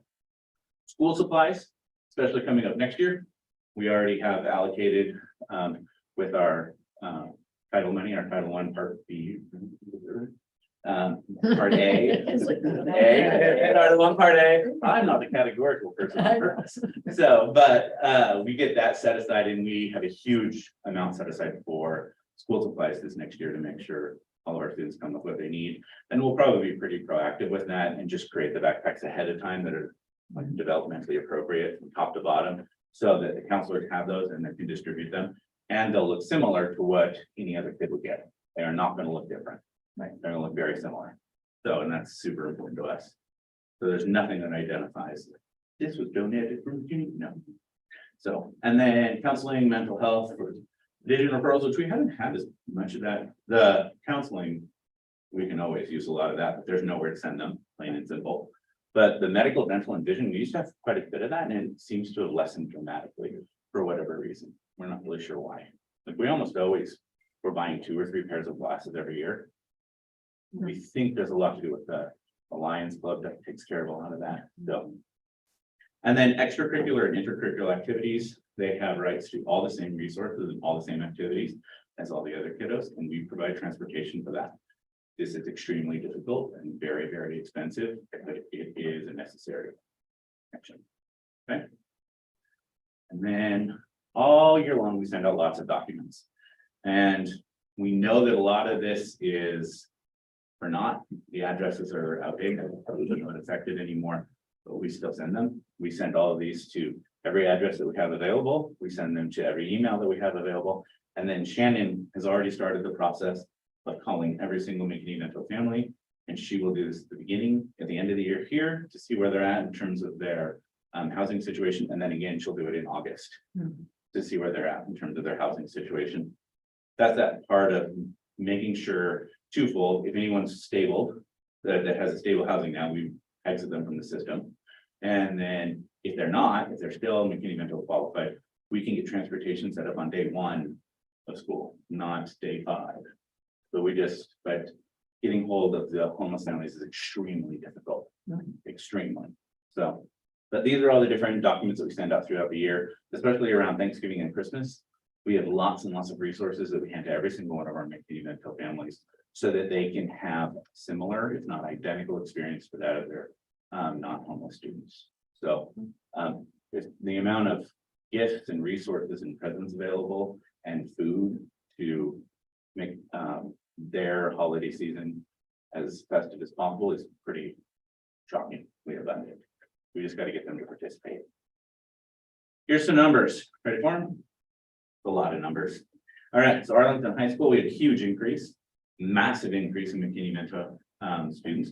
Last year was 31, we're at 53, and you can see across the board, with the exception of SDLC and Howler, we had an increase. Howler is one of the schools that we're struggling to identify students more accurately. It seems odd that it would go up everywhere, but one school. Nope, data says no. Data says no, that's not good. SDLC, I can see that one being stable as it is, that kind of makes sense. It's not a huge population, almost everyone's probably identified there. So that's kind of our deal, is that stable line. And then you can see an increase in every single one of our grade schools. And it's pretty much aligns pretty closely with our demographics that we have at those specific schools. So we're doing a pretty good job here. Okay. By grade, you can see again, yellow line, almost all of them, but for some reason our 8th graders, they all went up. And I don't see how that's going to get better over the next couple of years. With the way the economy is going, it's not going to get better. So we can just kind of be ready to identify as many kids as we possibly can. You can see high school, middle school, and elementary. So that blue line, you can probably guess, you've heard of this thing called COVID. And then it goes up again. So we're starting to see those economic difficulties really start to show in our students. And by living situation, the vast majority of our students are living with some other family member. Typically, it's grandma. There should be like a whole category for grandma in the McKinney-Vento world. Like grandma's awesome. And that's all it is in the McKinney-Vento world. And then hotels, we always have a handful staying in hotels. And then we always have a handful in shelters. It's much, much less this year, which is actually kind of nice because shelters are the most unstable. They're the most difficult to get transportation communication to. They're probably some of the best for any student experiencing homelessness because they provide so much wraparound service, but good for us. And then there's quite, when it says unsheltered, it really should say, you don't know. Because we really have no idea where they're at. The majority of those 29 probably are sitting at the high school where they're bouncing from couch to couch to couch. They're not really living with their family. They're staying with a friend, but they're not really there for the whole year. They're just kind of moving around a lot. So, and then by gender, pretty even, with a little bit more males. In the high school years, families have a tendency to give up on boys faster than they do girls in general. So just a cultural thing with. And then overall, you can see it's been worse, but it's bad, plain and simple. So it's gone up. we're riding right around that, and we don't have many folks exiting like we used to. We used to have quite a few exit and new, but now we're seeing very few exit and just more new. So it's not good. But we are getting probably 95% of our students to school every single day. And we know when they're not at school, and we take action to make sure that they're getting to school and figure out what's going on. We're very proactive about that process. It's not subtle. We have 5 or 6 different ways to get kids to school. Everything from literally paying a taxi to bring the kids to paying the parents. Shannon regularly goes and puts gas in people's cars so that they can get their kids to and from school. It is not unusual, all of these things. Yep. Is there any reprieve for McKinney-Vento students when they're not attending? Like, does the state look at it differently? No, absence is absence. Say absence is absence, but there's lots that goes on, obviously. If they're an unaccompanied homeless youth, for all intent and purposes, I become their parent. And so all of their excuses and all of their paperwork actually goes through me or through their counselor specifically. So then we can sit down with those kids and be like, what's going on? We can provide you with lots of different things. You do not need to go to work. Right. All you need to do is really find a place to stay, which is pretty tough. But everything else we can take care of, right up to handing them cards with just an EBT card. We can literally get them their food stamps so that they can go and buy their own food and take care of their own situation. The only thing is housing. It is housing and counseling services, hands down, our number 1 struggles. Like, no 2 ways about it. They're homeless for a reason. So. Anything else? I think that'll be it. There you go. Question. Thank you. So cheery, isn't it? Yes. Yeah. That's robust. Yeah, you should. There's a reason Brenda doesn't do it anymore. I think. It's a little rough. It's a little rough, and Shannon's a trooper. She does a great job. So, but it is very wearing on just the intensity of it all the time. So, yeah. Thank you, Brian. You're Thank welcome. you for all the work that you do to help all of our kids. So nobody Totally gets good. lost in the gap. Well, I wish that was true. Most- Fewer people get lost. Fewer people get lost. Thank you. Yep. How would everybody feel about taking a quick break for about 5 minutes? How long is that? There's quite a bit of agenda left. There's still more to go, so Almost 2 hours. would that be okay? Okay, then, Madam Clerk, we are gonna take a little 5-minute recess. That's okay. Do we need to vote on that? No, okay, well, Chair's gonna say, be back at 7:55 for more. Thanks, thank you. Yeah.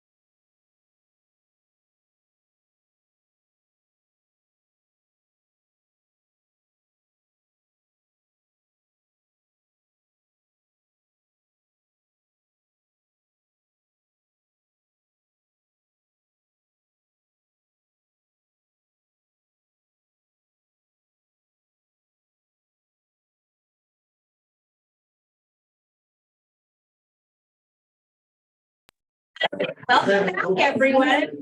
Thank you for letting us have that reset. We'll now put the meeting back to order.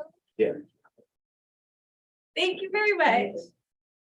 And next up, we'll have our budget development briefing. I'd like to welcome Gina Gutenhorst, our Executive Director of Financial Services. Thank you. Yes, I'm here to give you a briefing as we get our budget going and different pieces of it coming together. It's a very big process. There's a lot put together. And so I try to be before you as I'm going, bringing to you the different components as we get them to a level where it can be shared. And my computer doesn't want to move further. Why is that?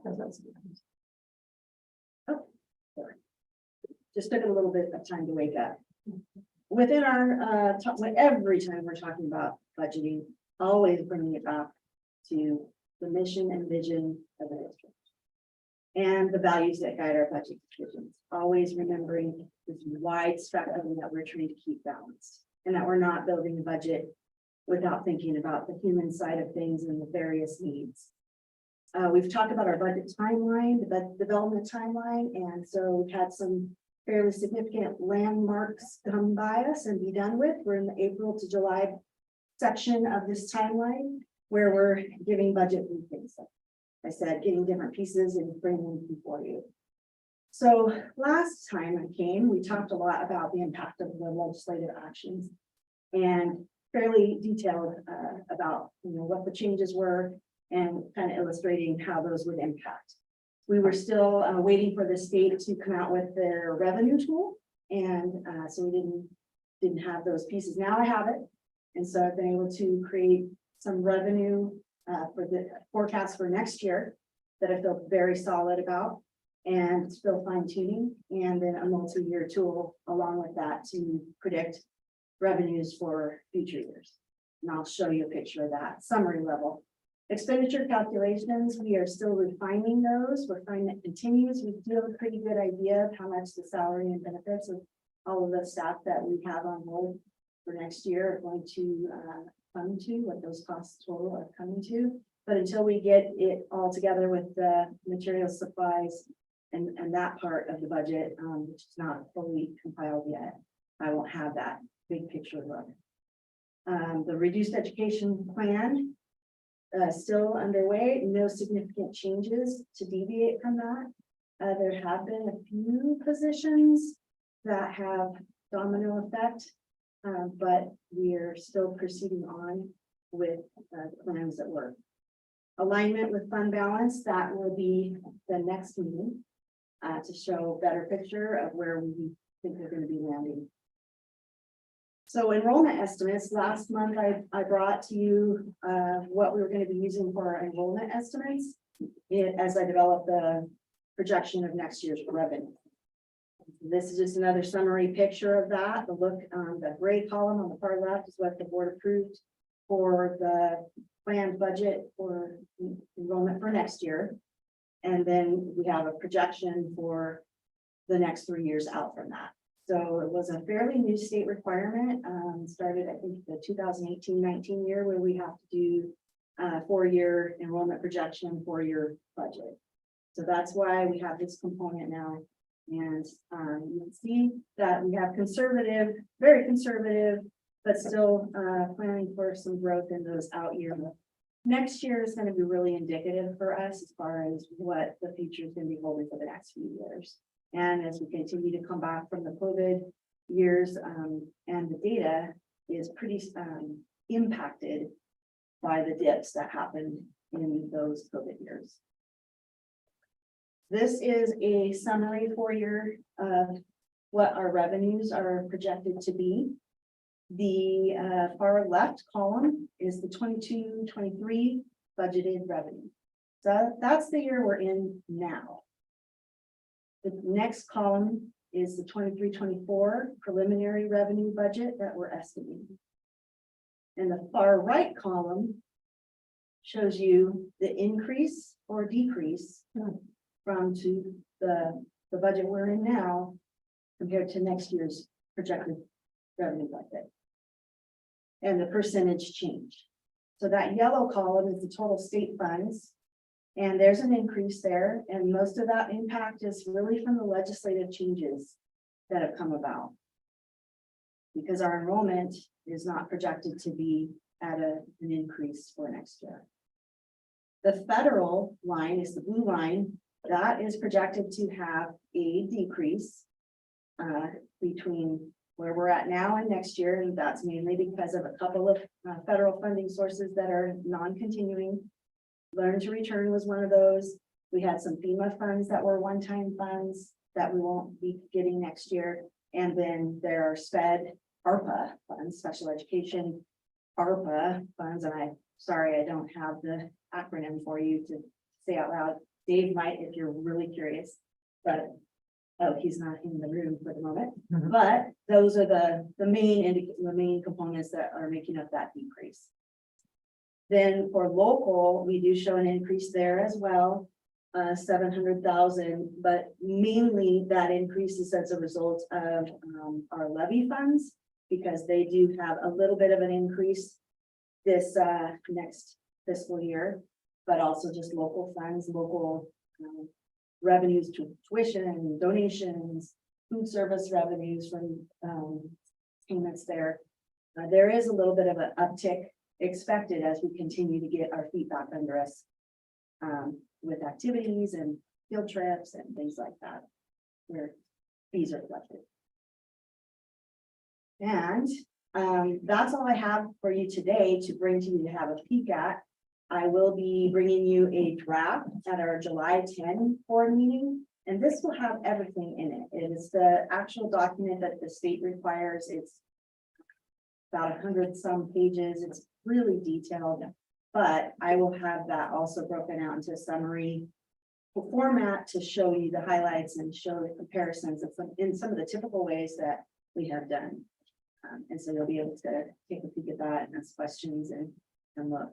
And then the budget will go for, we should have tweaks to that, and then the final version of that would be coming to the August 14 board meeting proposal for consideration of adoption. We have a public hearing during that meeting, and then later we propose a resolution to adopt the budget. And that is all we have. That's all I have for you today. Very similar. But let me tell you, I've been swimming in the details, coming up for air. Thank you for that quick summary. We appreciate you bringing it to our attention, and letting us know what we've got to look forward to. Any follow-up questions? I don't want to forget Mike Kingman on Zoom. Any questions, Mike? I'm good, thank you.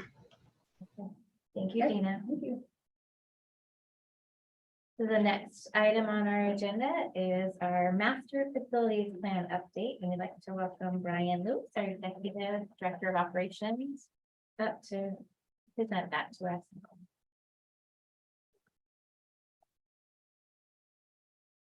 You walk and type at the same time? No, me neither.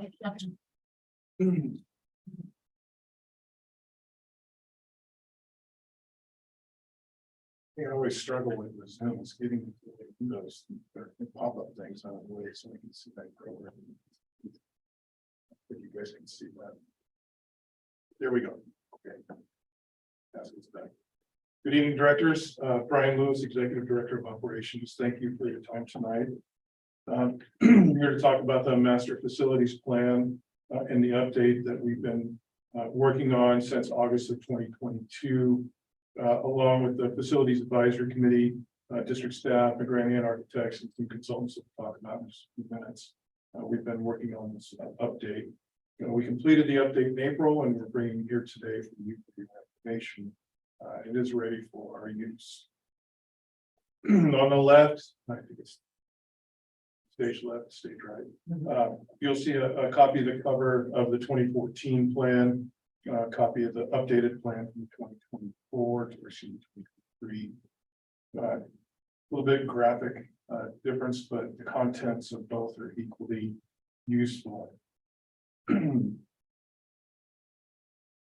I just want to thank the members of the Facilities Advisory Committee that provided contributions to this report. I'm not going to read all their names individually, but you can see we have quite a few whose primary affiliation with the district is as community members. There are others whose primary affiliation with the district may be as employees, but they're also community members as well. So I try to stick to the primary affiliation when describing them. Also included in the contributors to this plan were our district maintenance staff. I want to thank Ed Aylesworth for allowing me to steal as maintenance technicians for a few days, multiple times where they accompanied the architects and other consultants on tours of our buildings, and then follow-up meetings where we refined the understanding of what we were seeing in the buildings, and in order to translate that into an action plan. So this is the table of contents for the new facilities plan update. I'm going to touch briefly on each one of these items, with the exception of the appendices. I'll talk about them in total. Chapter 1 is an overview, and it describes the methodology. This effort was led on the consultant end by McGranahan Architects and supported by BC engineers who checked our mechanical systems, mechanical and electrical. That's mechanical is like plumbing and HVAC systems. PCS structural checked our buildings, structural supports, the steel structures inside of the buildings where they existed, or wood in other buildings, with a particular focus of post-middle school. And Cornerstone Architectural Group, which is a building envelope consultant, they did work for us on Arlington High School. We became acquainted with their services there, and they did such a great job that we asked them to review all the roofing systems in the district. Great information for us. So that, in combination with direct observations by McGranahan and interviews with our district maintenance staff, culminated in much of the detail that you see inside of the plan. One thing that we did not include were project costs in this component of the planning process, and that's primarily because we don't know when we're going to do these projects, and costs will change depending on the time that we perform the work. Some of the items that we included in the report is work to be done are 20 years out from now. And we could be living in a completely different world at that point. So no use for us to calculate costs now that could be completely not representative when we get to the point that we're doing the work. So there are recommendations scattered throughout to update the plan. One time period that you'll see throughout the document is a 4-year or 4-year category.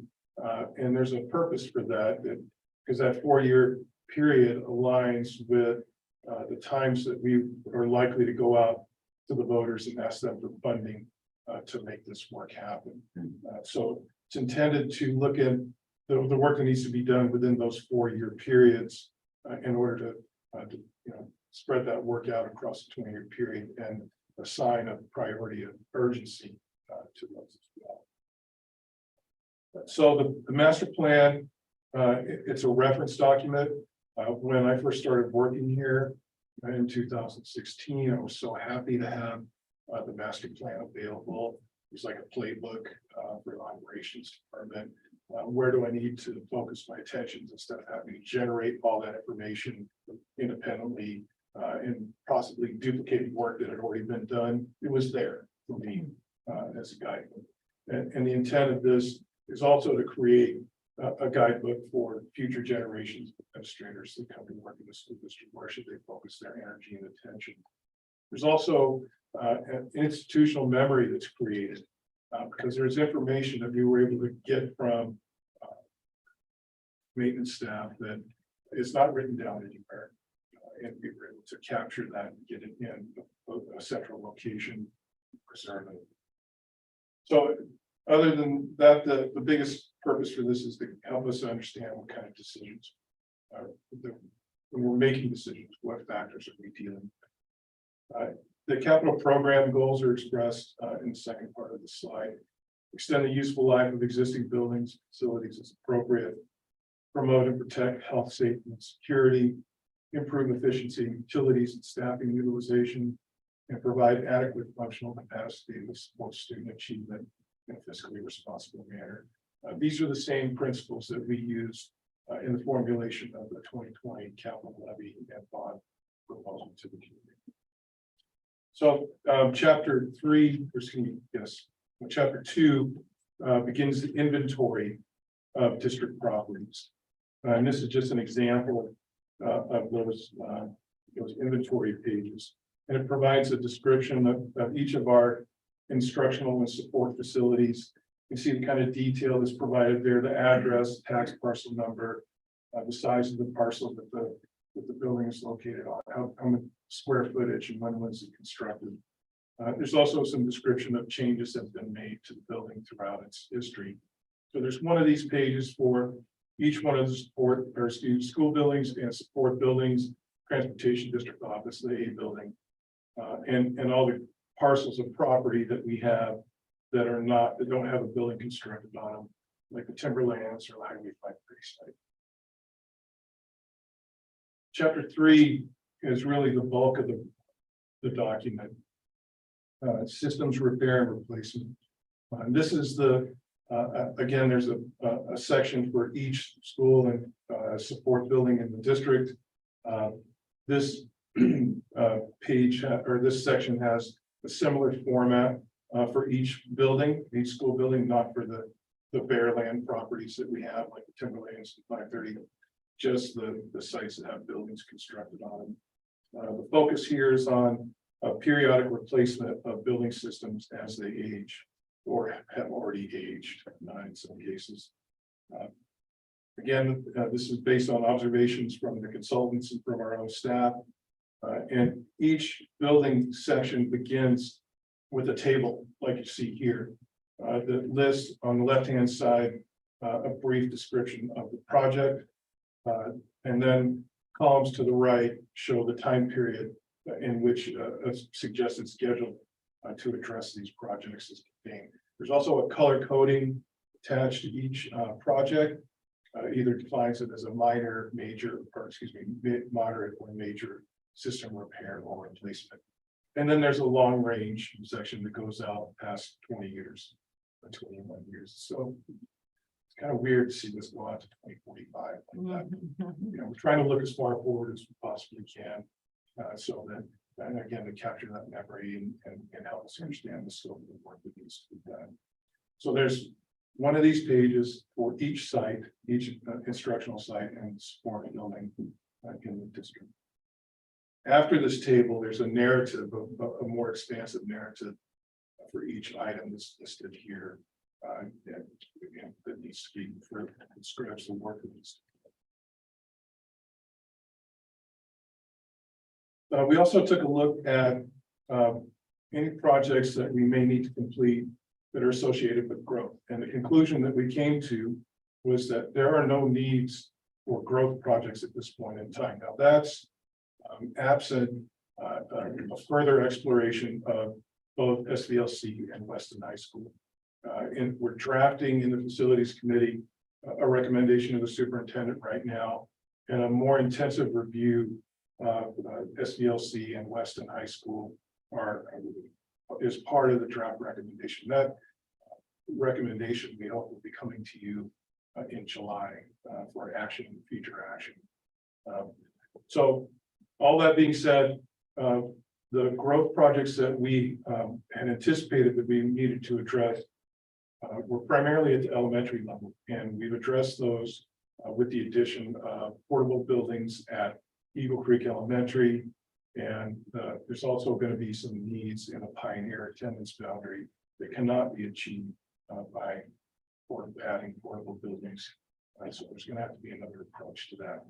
We haven't defined what that approach is right now, but it's not going to happen through portables. The site is not conducive to portable buildings being added. So we took care of growth needs at Arlington High School and Weston High School with the high school grade bands, with the addition of the 9 classrooms on the C wing over the past couple of years. And the middle school, we would at the middle school level, we would likely see a need to add some classroom space at some point in the future over the next 20 years. There's no pressing need right now to add space. That doesn't mean we don't have facilities needs. We just don't need them and to address growth. Now, this could change over time. And again, this is part of the recommendation. We review it every 4 years to make sure that we're taking into account changes that occur in demographics. Because we may see some accelerated growth, and we may not. We're gonna have to wait until we're getting closer to that point. Our demographic projections are useful, but the further out you get, the less useful they become. So we're gonna need to update the demographic review at some point. Functional improvement projects, these are separate from major or moderate system repairs. Functional improvements could be adding additional space in a building for a specific program. These are items that are not necessarily affecting the operation, the functional operation of a building, the mechanical operation of a building. But they would be beneficial to help the staff support delivery of educational services. I'll take a moment to talk about the modernization projects because it's been a topic of discussion, especially in relation to some work that we had scheduled for Eagle Creek Elementary. And I want to explain why we haven't done that work. This is specific to the installation of a fire suppression system at Eagle Creek. Following passage of the levy and the beginning of introspection in terms of what kind of work we need to do at each building and the scheduling of that work, we came up with a determination that the work of adding a fire suppression system would be very intrusive. It would be something that could be disruptive and it could extend beyond the 3-month window that we have in the summertime to get that work done. So at that point in time, the architect recommended that we pursue this as a modernization project. I came to the board in 2021 with that recommendation. And instead of conducting that project at that point in time, I recommended that we add the flooring project at Eagle Creek, conduct that flooring project in 2021 instead of the fire suppression system. And we scheduled that for a modernization. There are other projects that have come to light since that time. For example, the HVAC system at Eagle Creek that could be as equally intrusive as a fire suppression system installation. So this leads to a discussion of what is a modernization project. And a modernization project is when multiple systems in a building need to be replaced to the point where there's a critical mass that would cause a building to be shut down for a year and a half in order to get all this work completed. Instead of trying to piecemeal it, do a portion of it in one summer, come back the next summer and try to do another portion of it. That can make it difficult to coordinate the work and actually finish it too. So at some point in the future, we're going to need to build a 5th elementary school. And at that point in time, the suggestion is that we close Eagle Creek for a modernization project and move those students to the new elementary school until the work at Eagle Creek is done, move them back into Eagle Creek and then start building the new elementary school with students that we determined there's a need. The reason why we built that new elementary school. Start building with kids for that purpose. So part of that is going to be coming to you in July or August, August, when Gina brings you a budget proposal. We're going to include a dedication of funds in the capital project fund to set aside $715,000 to accomplish the work of the fire suppression system installation, so that we can make a commitment, show a commitment to the community that this project has not been forgotten. We still want to complete it. Just need to do it at the right time. Free of major disruptions. Yes, ma'am. Maybe you already said this, and I just missed it, but we're not having a lot of growth. So there's not a need for new growth projects. But yet we would modernize when we have a new building. I'm confused. We can't see that far ahead as to when you need to build a new elementary school. And it may come sooner than you think. We're on, my standard has always been when we get 40 portable buildings, 40 portable classrooms, that's equal to an elementary school building. When we start approaching that threshold, that's when we start planning to build an elementary school, do that swap of students to the new elementary school, conduct the modernization of the existing. There will be a point in time when we will reach that. I don't know when that will happen, but it's going to happen at some point with the growth that we see happening. Where growth is projected for Snohomish County by 2040. So that would probably be the range, time range that I would think we'll see it happen within that time, between now and 2040. Okay. I wish I could give you more definite detail. Not a very definite crystal ball. No, No. we do want to make sure that we keep that money set aside for that modernization when it happens. It may happen sooner than that because we're going to have to do something about the HVAC at Eagle Creek. And this is the way the building is constructed. It can be very disruptive to either replace or repair that system. It's not lending itself to an easy fix. Brian / Gina. Is there a way to keep those dedicated funds in a account that accounts for inflationary growth costs? Or is that plan that is in place? A yes is fine, or I don't need details, but Well, I'm not familiar with the investment practices of the district, but there is a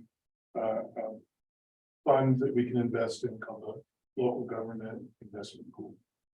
Am I remembering it? Yeah. So that's probably the safest, most flexible form of investment vehicle that we can put our monies into. There's also CDs, certificates of deposit.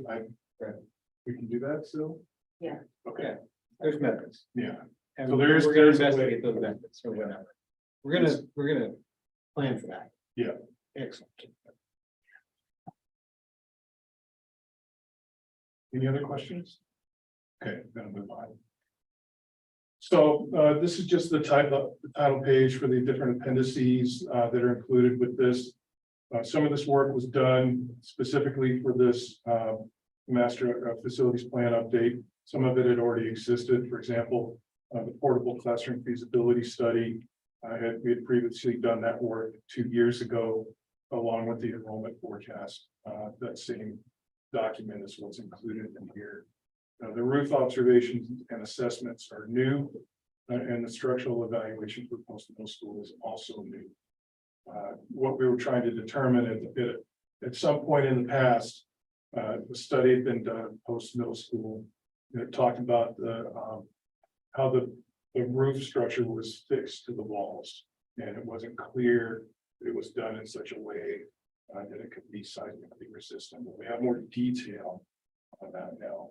And really the biggest vulnerability we have in the gym and what the architects call a roof diaphragm, because it's a big span.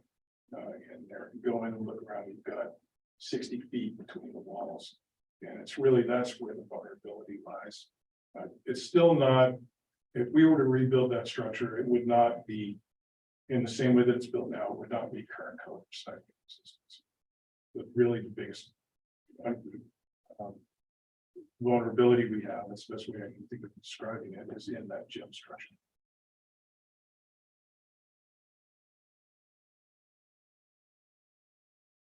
So the conclusions that we've reached so far, describe the different space needs and how we've met them for the current time period.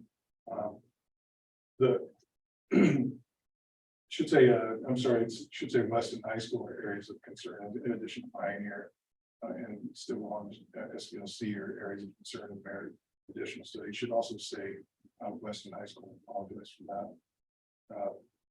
We do need to make sure that we're updating our look at enrollments periodically. And the Facilities Advisory Committee, I mentioned some of the components of the draft recommendation, facilities recommendation to you tonight. But we're gonna finalize that. We had our last meeting for the year last week. Got some opinion polling to do amongst the group. And then we'll be able to bring you the finalized recommendation. Or bring it to the superintendent for delivery to you. We'll be able to do that in July. So I know, this was a lot of information. If you looked at the report, it was 507 pages. It's pretty extensive. It covers quite a bit of ground, but it's a great value to the district in terms of preserving that memory and considering what do we need to do in the future. So if you have any answer to questions. Been very thorough. Very thorough. Thank you very much. Thank you. Thank you. The next step, we have our first reading and adoption of board policy 1400 meeting conduct order of the program. So this is before the board for actually a first reading and adoption in all evening, and it's if can put up the changes. We had discussed during the last two study sessions about our study sessions for the next year.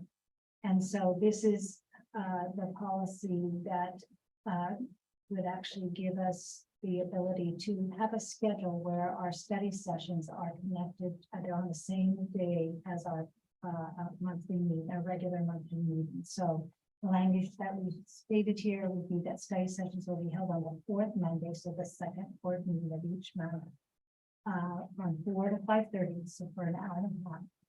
And then there'd be a break, and then we'd have our regular meeting. And this is only one regular meeting a month. The study session will be held prior to that meeting, except for the months of July and August. So July, we wouldn't do the study session. We have a workshop that's scheduled for August. So this is to align that language. We did some research, but this has gone to legal counsel to make sure that we're following the OPMA requirements. And the idea here is that the study session, the schedule becomes regular. So it's posted, it's regular. It's not just, okay, we're having we could have special meetings that are called out of moments, 24-hour notice. But these are regularly scheduled meetings that are attached to one regular meeting a month. So we're just aligning this would be an alignment of the next agenda item is actually that schedule. So this would be, we didn't want you to consider the schedule until we actually have policy that would, drive that. So that's where we're at. There's one sentence that is slightly confusing to me. Which one? If there's only one regular meeting in the month, the study session will be held prior to that meeting. Does that mean in So June? In June, If there's only one regular meeting in April, like June and April, that the study session will be held prior to that meeting? Does that mean on that same day? Yep. Okay. so that, and we could have said June on that, we could have said April. So we're being, yeah, it's just those 2 months. Oh, in December, that's true. So And I see that could be. Because prior isn't real super specific. I understand. What I mean is, No, totally. It could be anytime. right? like, the month before, It could be. but That would be prior that's to. what the intent. Slightly. Immediately, should we add like immediately, or should we hold at 4 p.m. prior to that meeting? yeah, that would mean that we I mean, spell it out. If there's only Study one session will be regular- held at 4 p.m. prior to that meeting. right. I like that idea. And it's real clear. And just to clarify, so when I'm reading, so January, the second and fourth Monday, that statement, the fourth Monday is the one that has the study session. Mhm. Right. We've discussed whether we would have these every meeting, and then we decided, no, we'll just make them a little bit longer and have them once. I think it's a great idea. Because he says as he's put out the door. A quick question too. I think there were wasn't there something we had about a policy about you had to attend so many study sessions? Was there, I thought there was something where we try to like, 80% of you- study sessions you wanted to attend. I think but it's you were- a state law, if anybody misses 3 consecutive meetings and their position is declared vacant. Oh, okay. Actually, it's in our policy. If we have policy, I think it's 4. If it's, they're unexcused. I mean, like, Yeah, like okay, if you gotcha, go gotcha. completely dark, nobody knows where you are. Right, but that, we already have that in place. That's different than Okay, excused.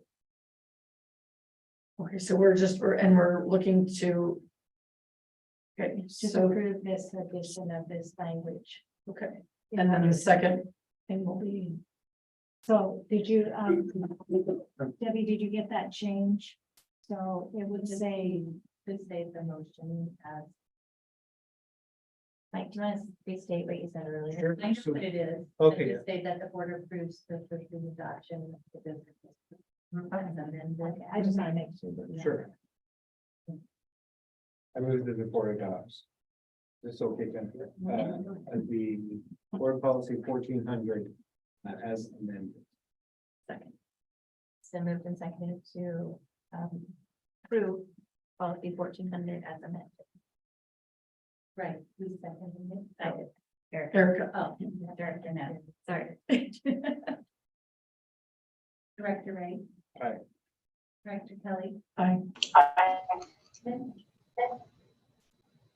Aye. President Levesque. Aye. Director Net. Aye. Thank you.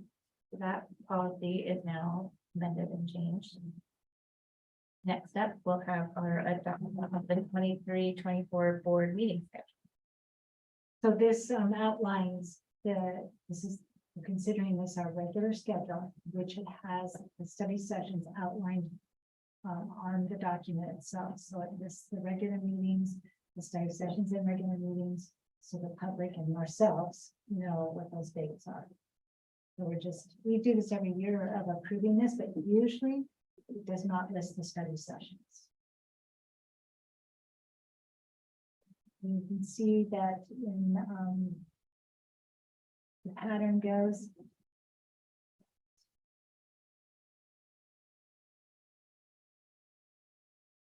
But there is like in December when we have one meeting, then there's a study session attached to that. And then we keep scrolling. Let me know.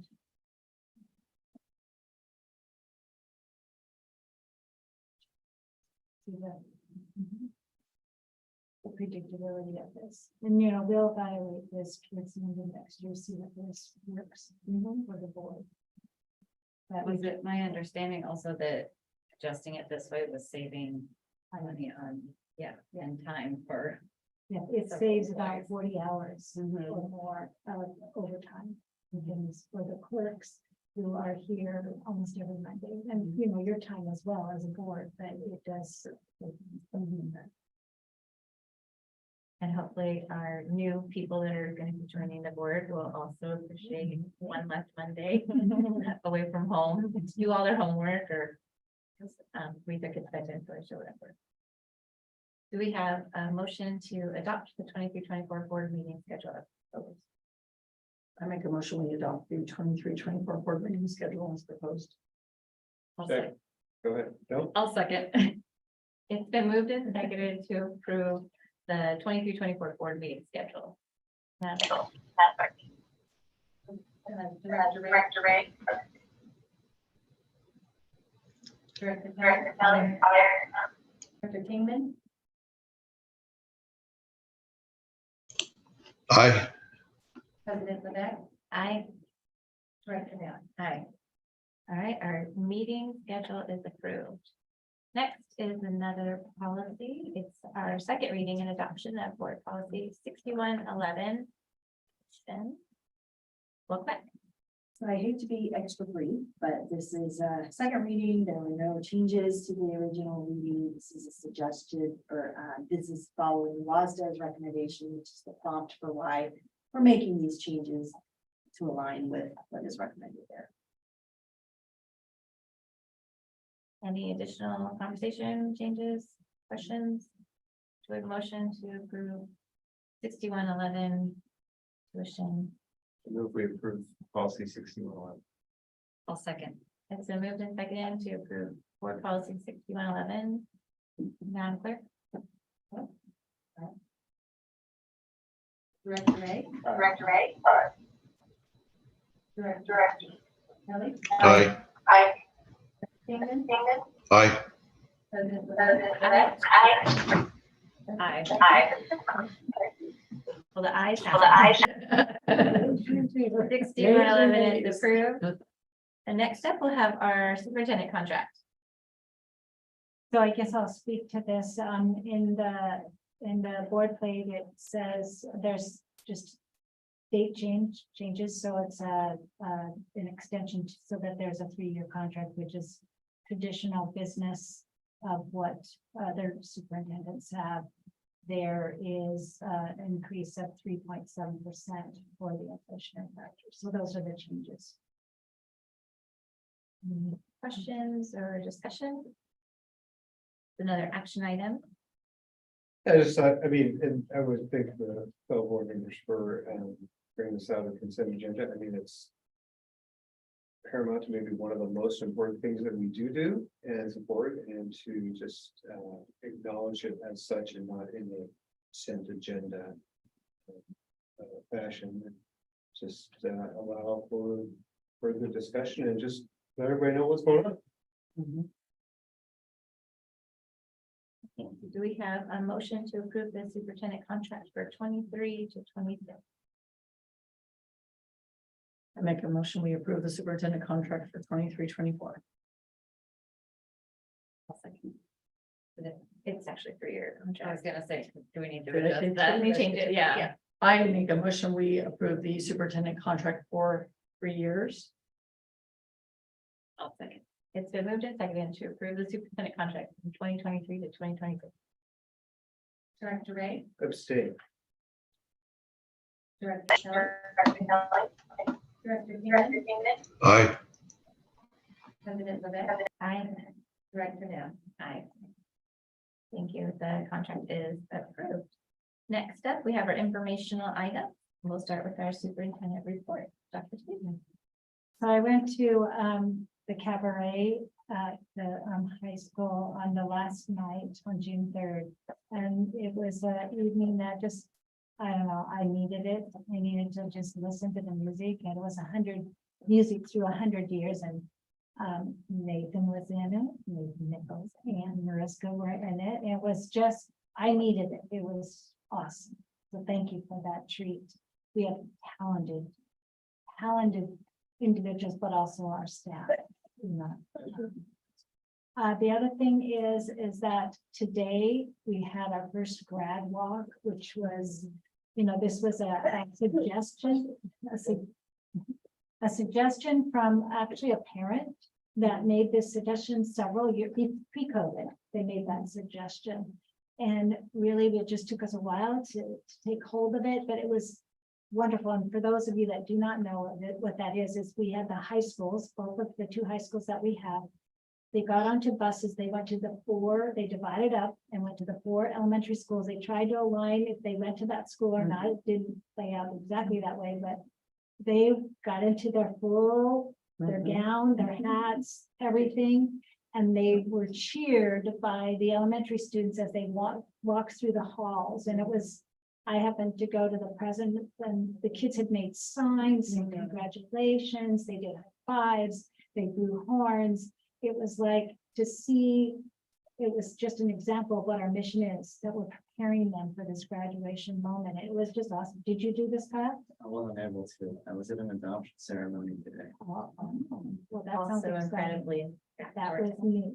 But it was great. And there's great pictures and videos. It was wonderful. So that was a great day for that. And then my next statement is just let the celebrations begin, because tomorrow night we have graduation from Weston. That takes place at the BPAC.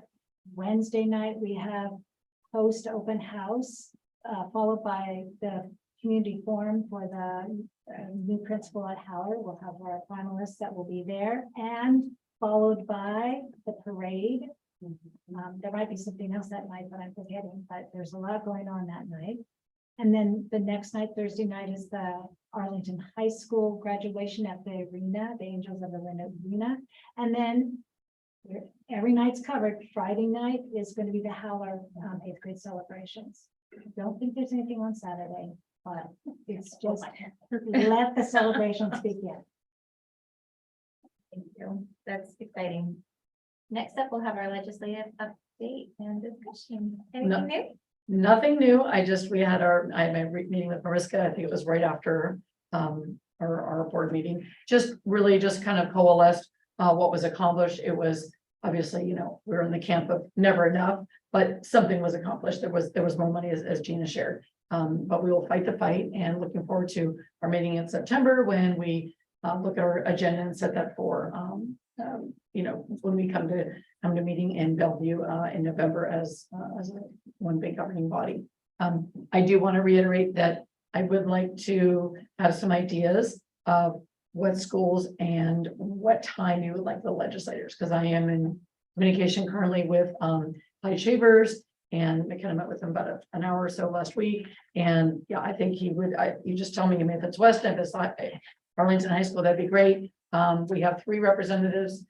So I'd like to at least get 2 and, maybe offer to 3 and see, but I just want to know what a timeline is, a date that you think would be good. If you, Clyde is a former, he's a veteran, he's a Navy guy. So we lined up something with our, I don't know. We want to look at something like Veterans Day or, just whatever you think. So I just would like to I would like to, because again, they need to know that this is their district and they're very scattered. Oak Harbor, Mount Vernon, it's pieced. And so I want them to know Arlington, and I will be more effective as a legislative rep when we continue that report. I know we have Clyde's ear because I personally know him, campaigned for him, but then there was also Ron Gazzola of Oak Harbor, and Dave Paul is up in Skagit. He's a professor and so forth. So just let me know, but that's it. Thanks. Thanks. Next up, we'll have our comments from board members. Good opportunity to fill us in on what's going on or any concerns you're having. Let's start with Mariska. Okay. No concerns. I had a few comments though. Happy last week of school to everybody. Happy last full week. As Mary, as you said, let the celebrations commence. And just to thank you and congratulations to Kyle. Thank you for serving the 2 years. Thank you for letting me get to study under you for this 1 year. And I wish you the best once you are graduated. I was gonna say gone, but that sounds Thank you. Okay. Student advisor Schroeder, Okay. would you like to share some words? We're hoping that you have lots of wisdom to share. Okay, well, I'm gonna keep it kind of short and sweet, actually. I just want to say thank you for the past 2 years. It's been nice to get to know all of you, and it's been a great learning experience to sit on the board. So I just want to say thank you for the opportunity, all of you, and and nothing but kind. And then to Nathan, good luck. And that's it. I'll see you all at graduation. Good. Yes. I'll fight over who gets to give you your diploma. There we go. I think she won. Yeah. Save me the tears. Yeah. Director Knapp, would you like to share any comment? Yeah, this was a really full meeting. I really appreciated the public comments and hearing from parents. Having children at SBLC, I can say it is, it is life-changing for my children as well. So, and then Kyle, we will miss you, or I will, you're my right hand. And I just want to reiterate too what I was saying about the ACE committee, just in looking at the smoke that was in New York over this last week, and they're having to shut down schools because of it, and thinking that, none of us are immune to that in this country. And so just thinking about adaptability and what we're gonna do. I don't know if we got the AQI readers yet. Okay. We did get the 2. Okay, that'll help us predict, but there are so many ways and so many departments in this district, we can all be working together for adaptability and helping our students. That's another way of helping them plan for the future of this planet. So I feel like it's really very important. I feel passionate about it. So I'm happy to support however I can. Yeah, and just excited for this week. This is the first of the busy days, so I love the graduations and yeah, congratulations. Director Ray, any comments? Yeah, just, ditto to Kyle, congrats for graduation, go Cougs. And, and as always, it's great to hear from parents about our staff members being so excellent. So thank you for everybody who shares that. Thank you. Director Kingman, would you like to share? Any comments? Well, I just want to say congratulations to Kyle. Thanks for your service. It was nice to get to know you, and keep doing what you're doing in the future. That's all I have. Thank you. Director Kelly, any additional words? No, just looking for a very full week and it will be good. It's all positive. It's just, I don't know if I'm just working hard to maintain the stamina. It's gonna take me to get through Friday. Probably rest and just stay positive. So, and congratulations. Thank you. I just want to say thank you for everybody who helped out tonight and Yes. honored our retirees and our new grad almost, and for all the positive comments and help.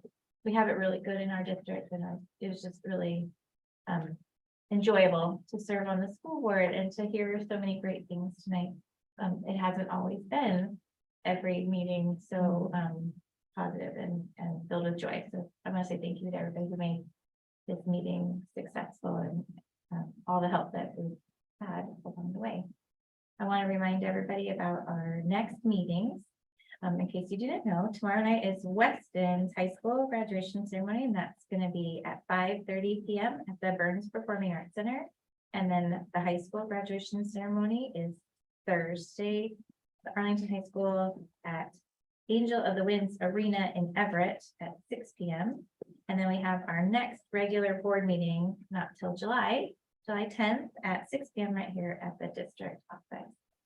And with that, I will accept a motion to adjourn. Move to adjourn. I'll second. It's been moved and seconded that we adjourn.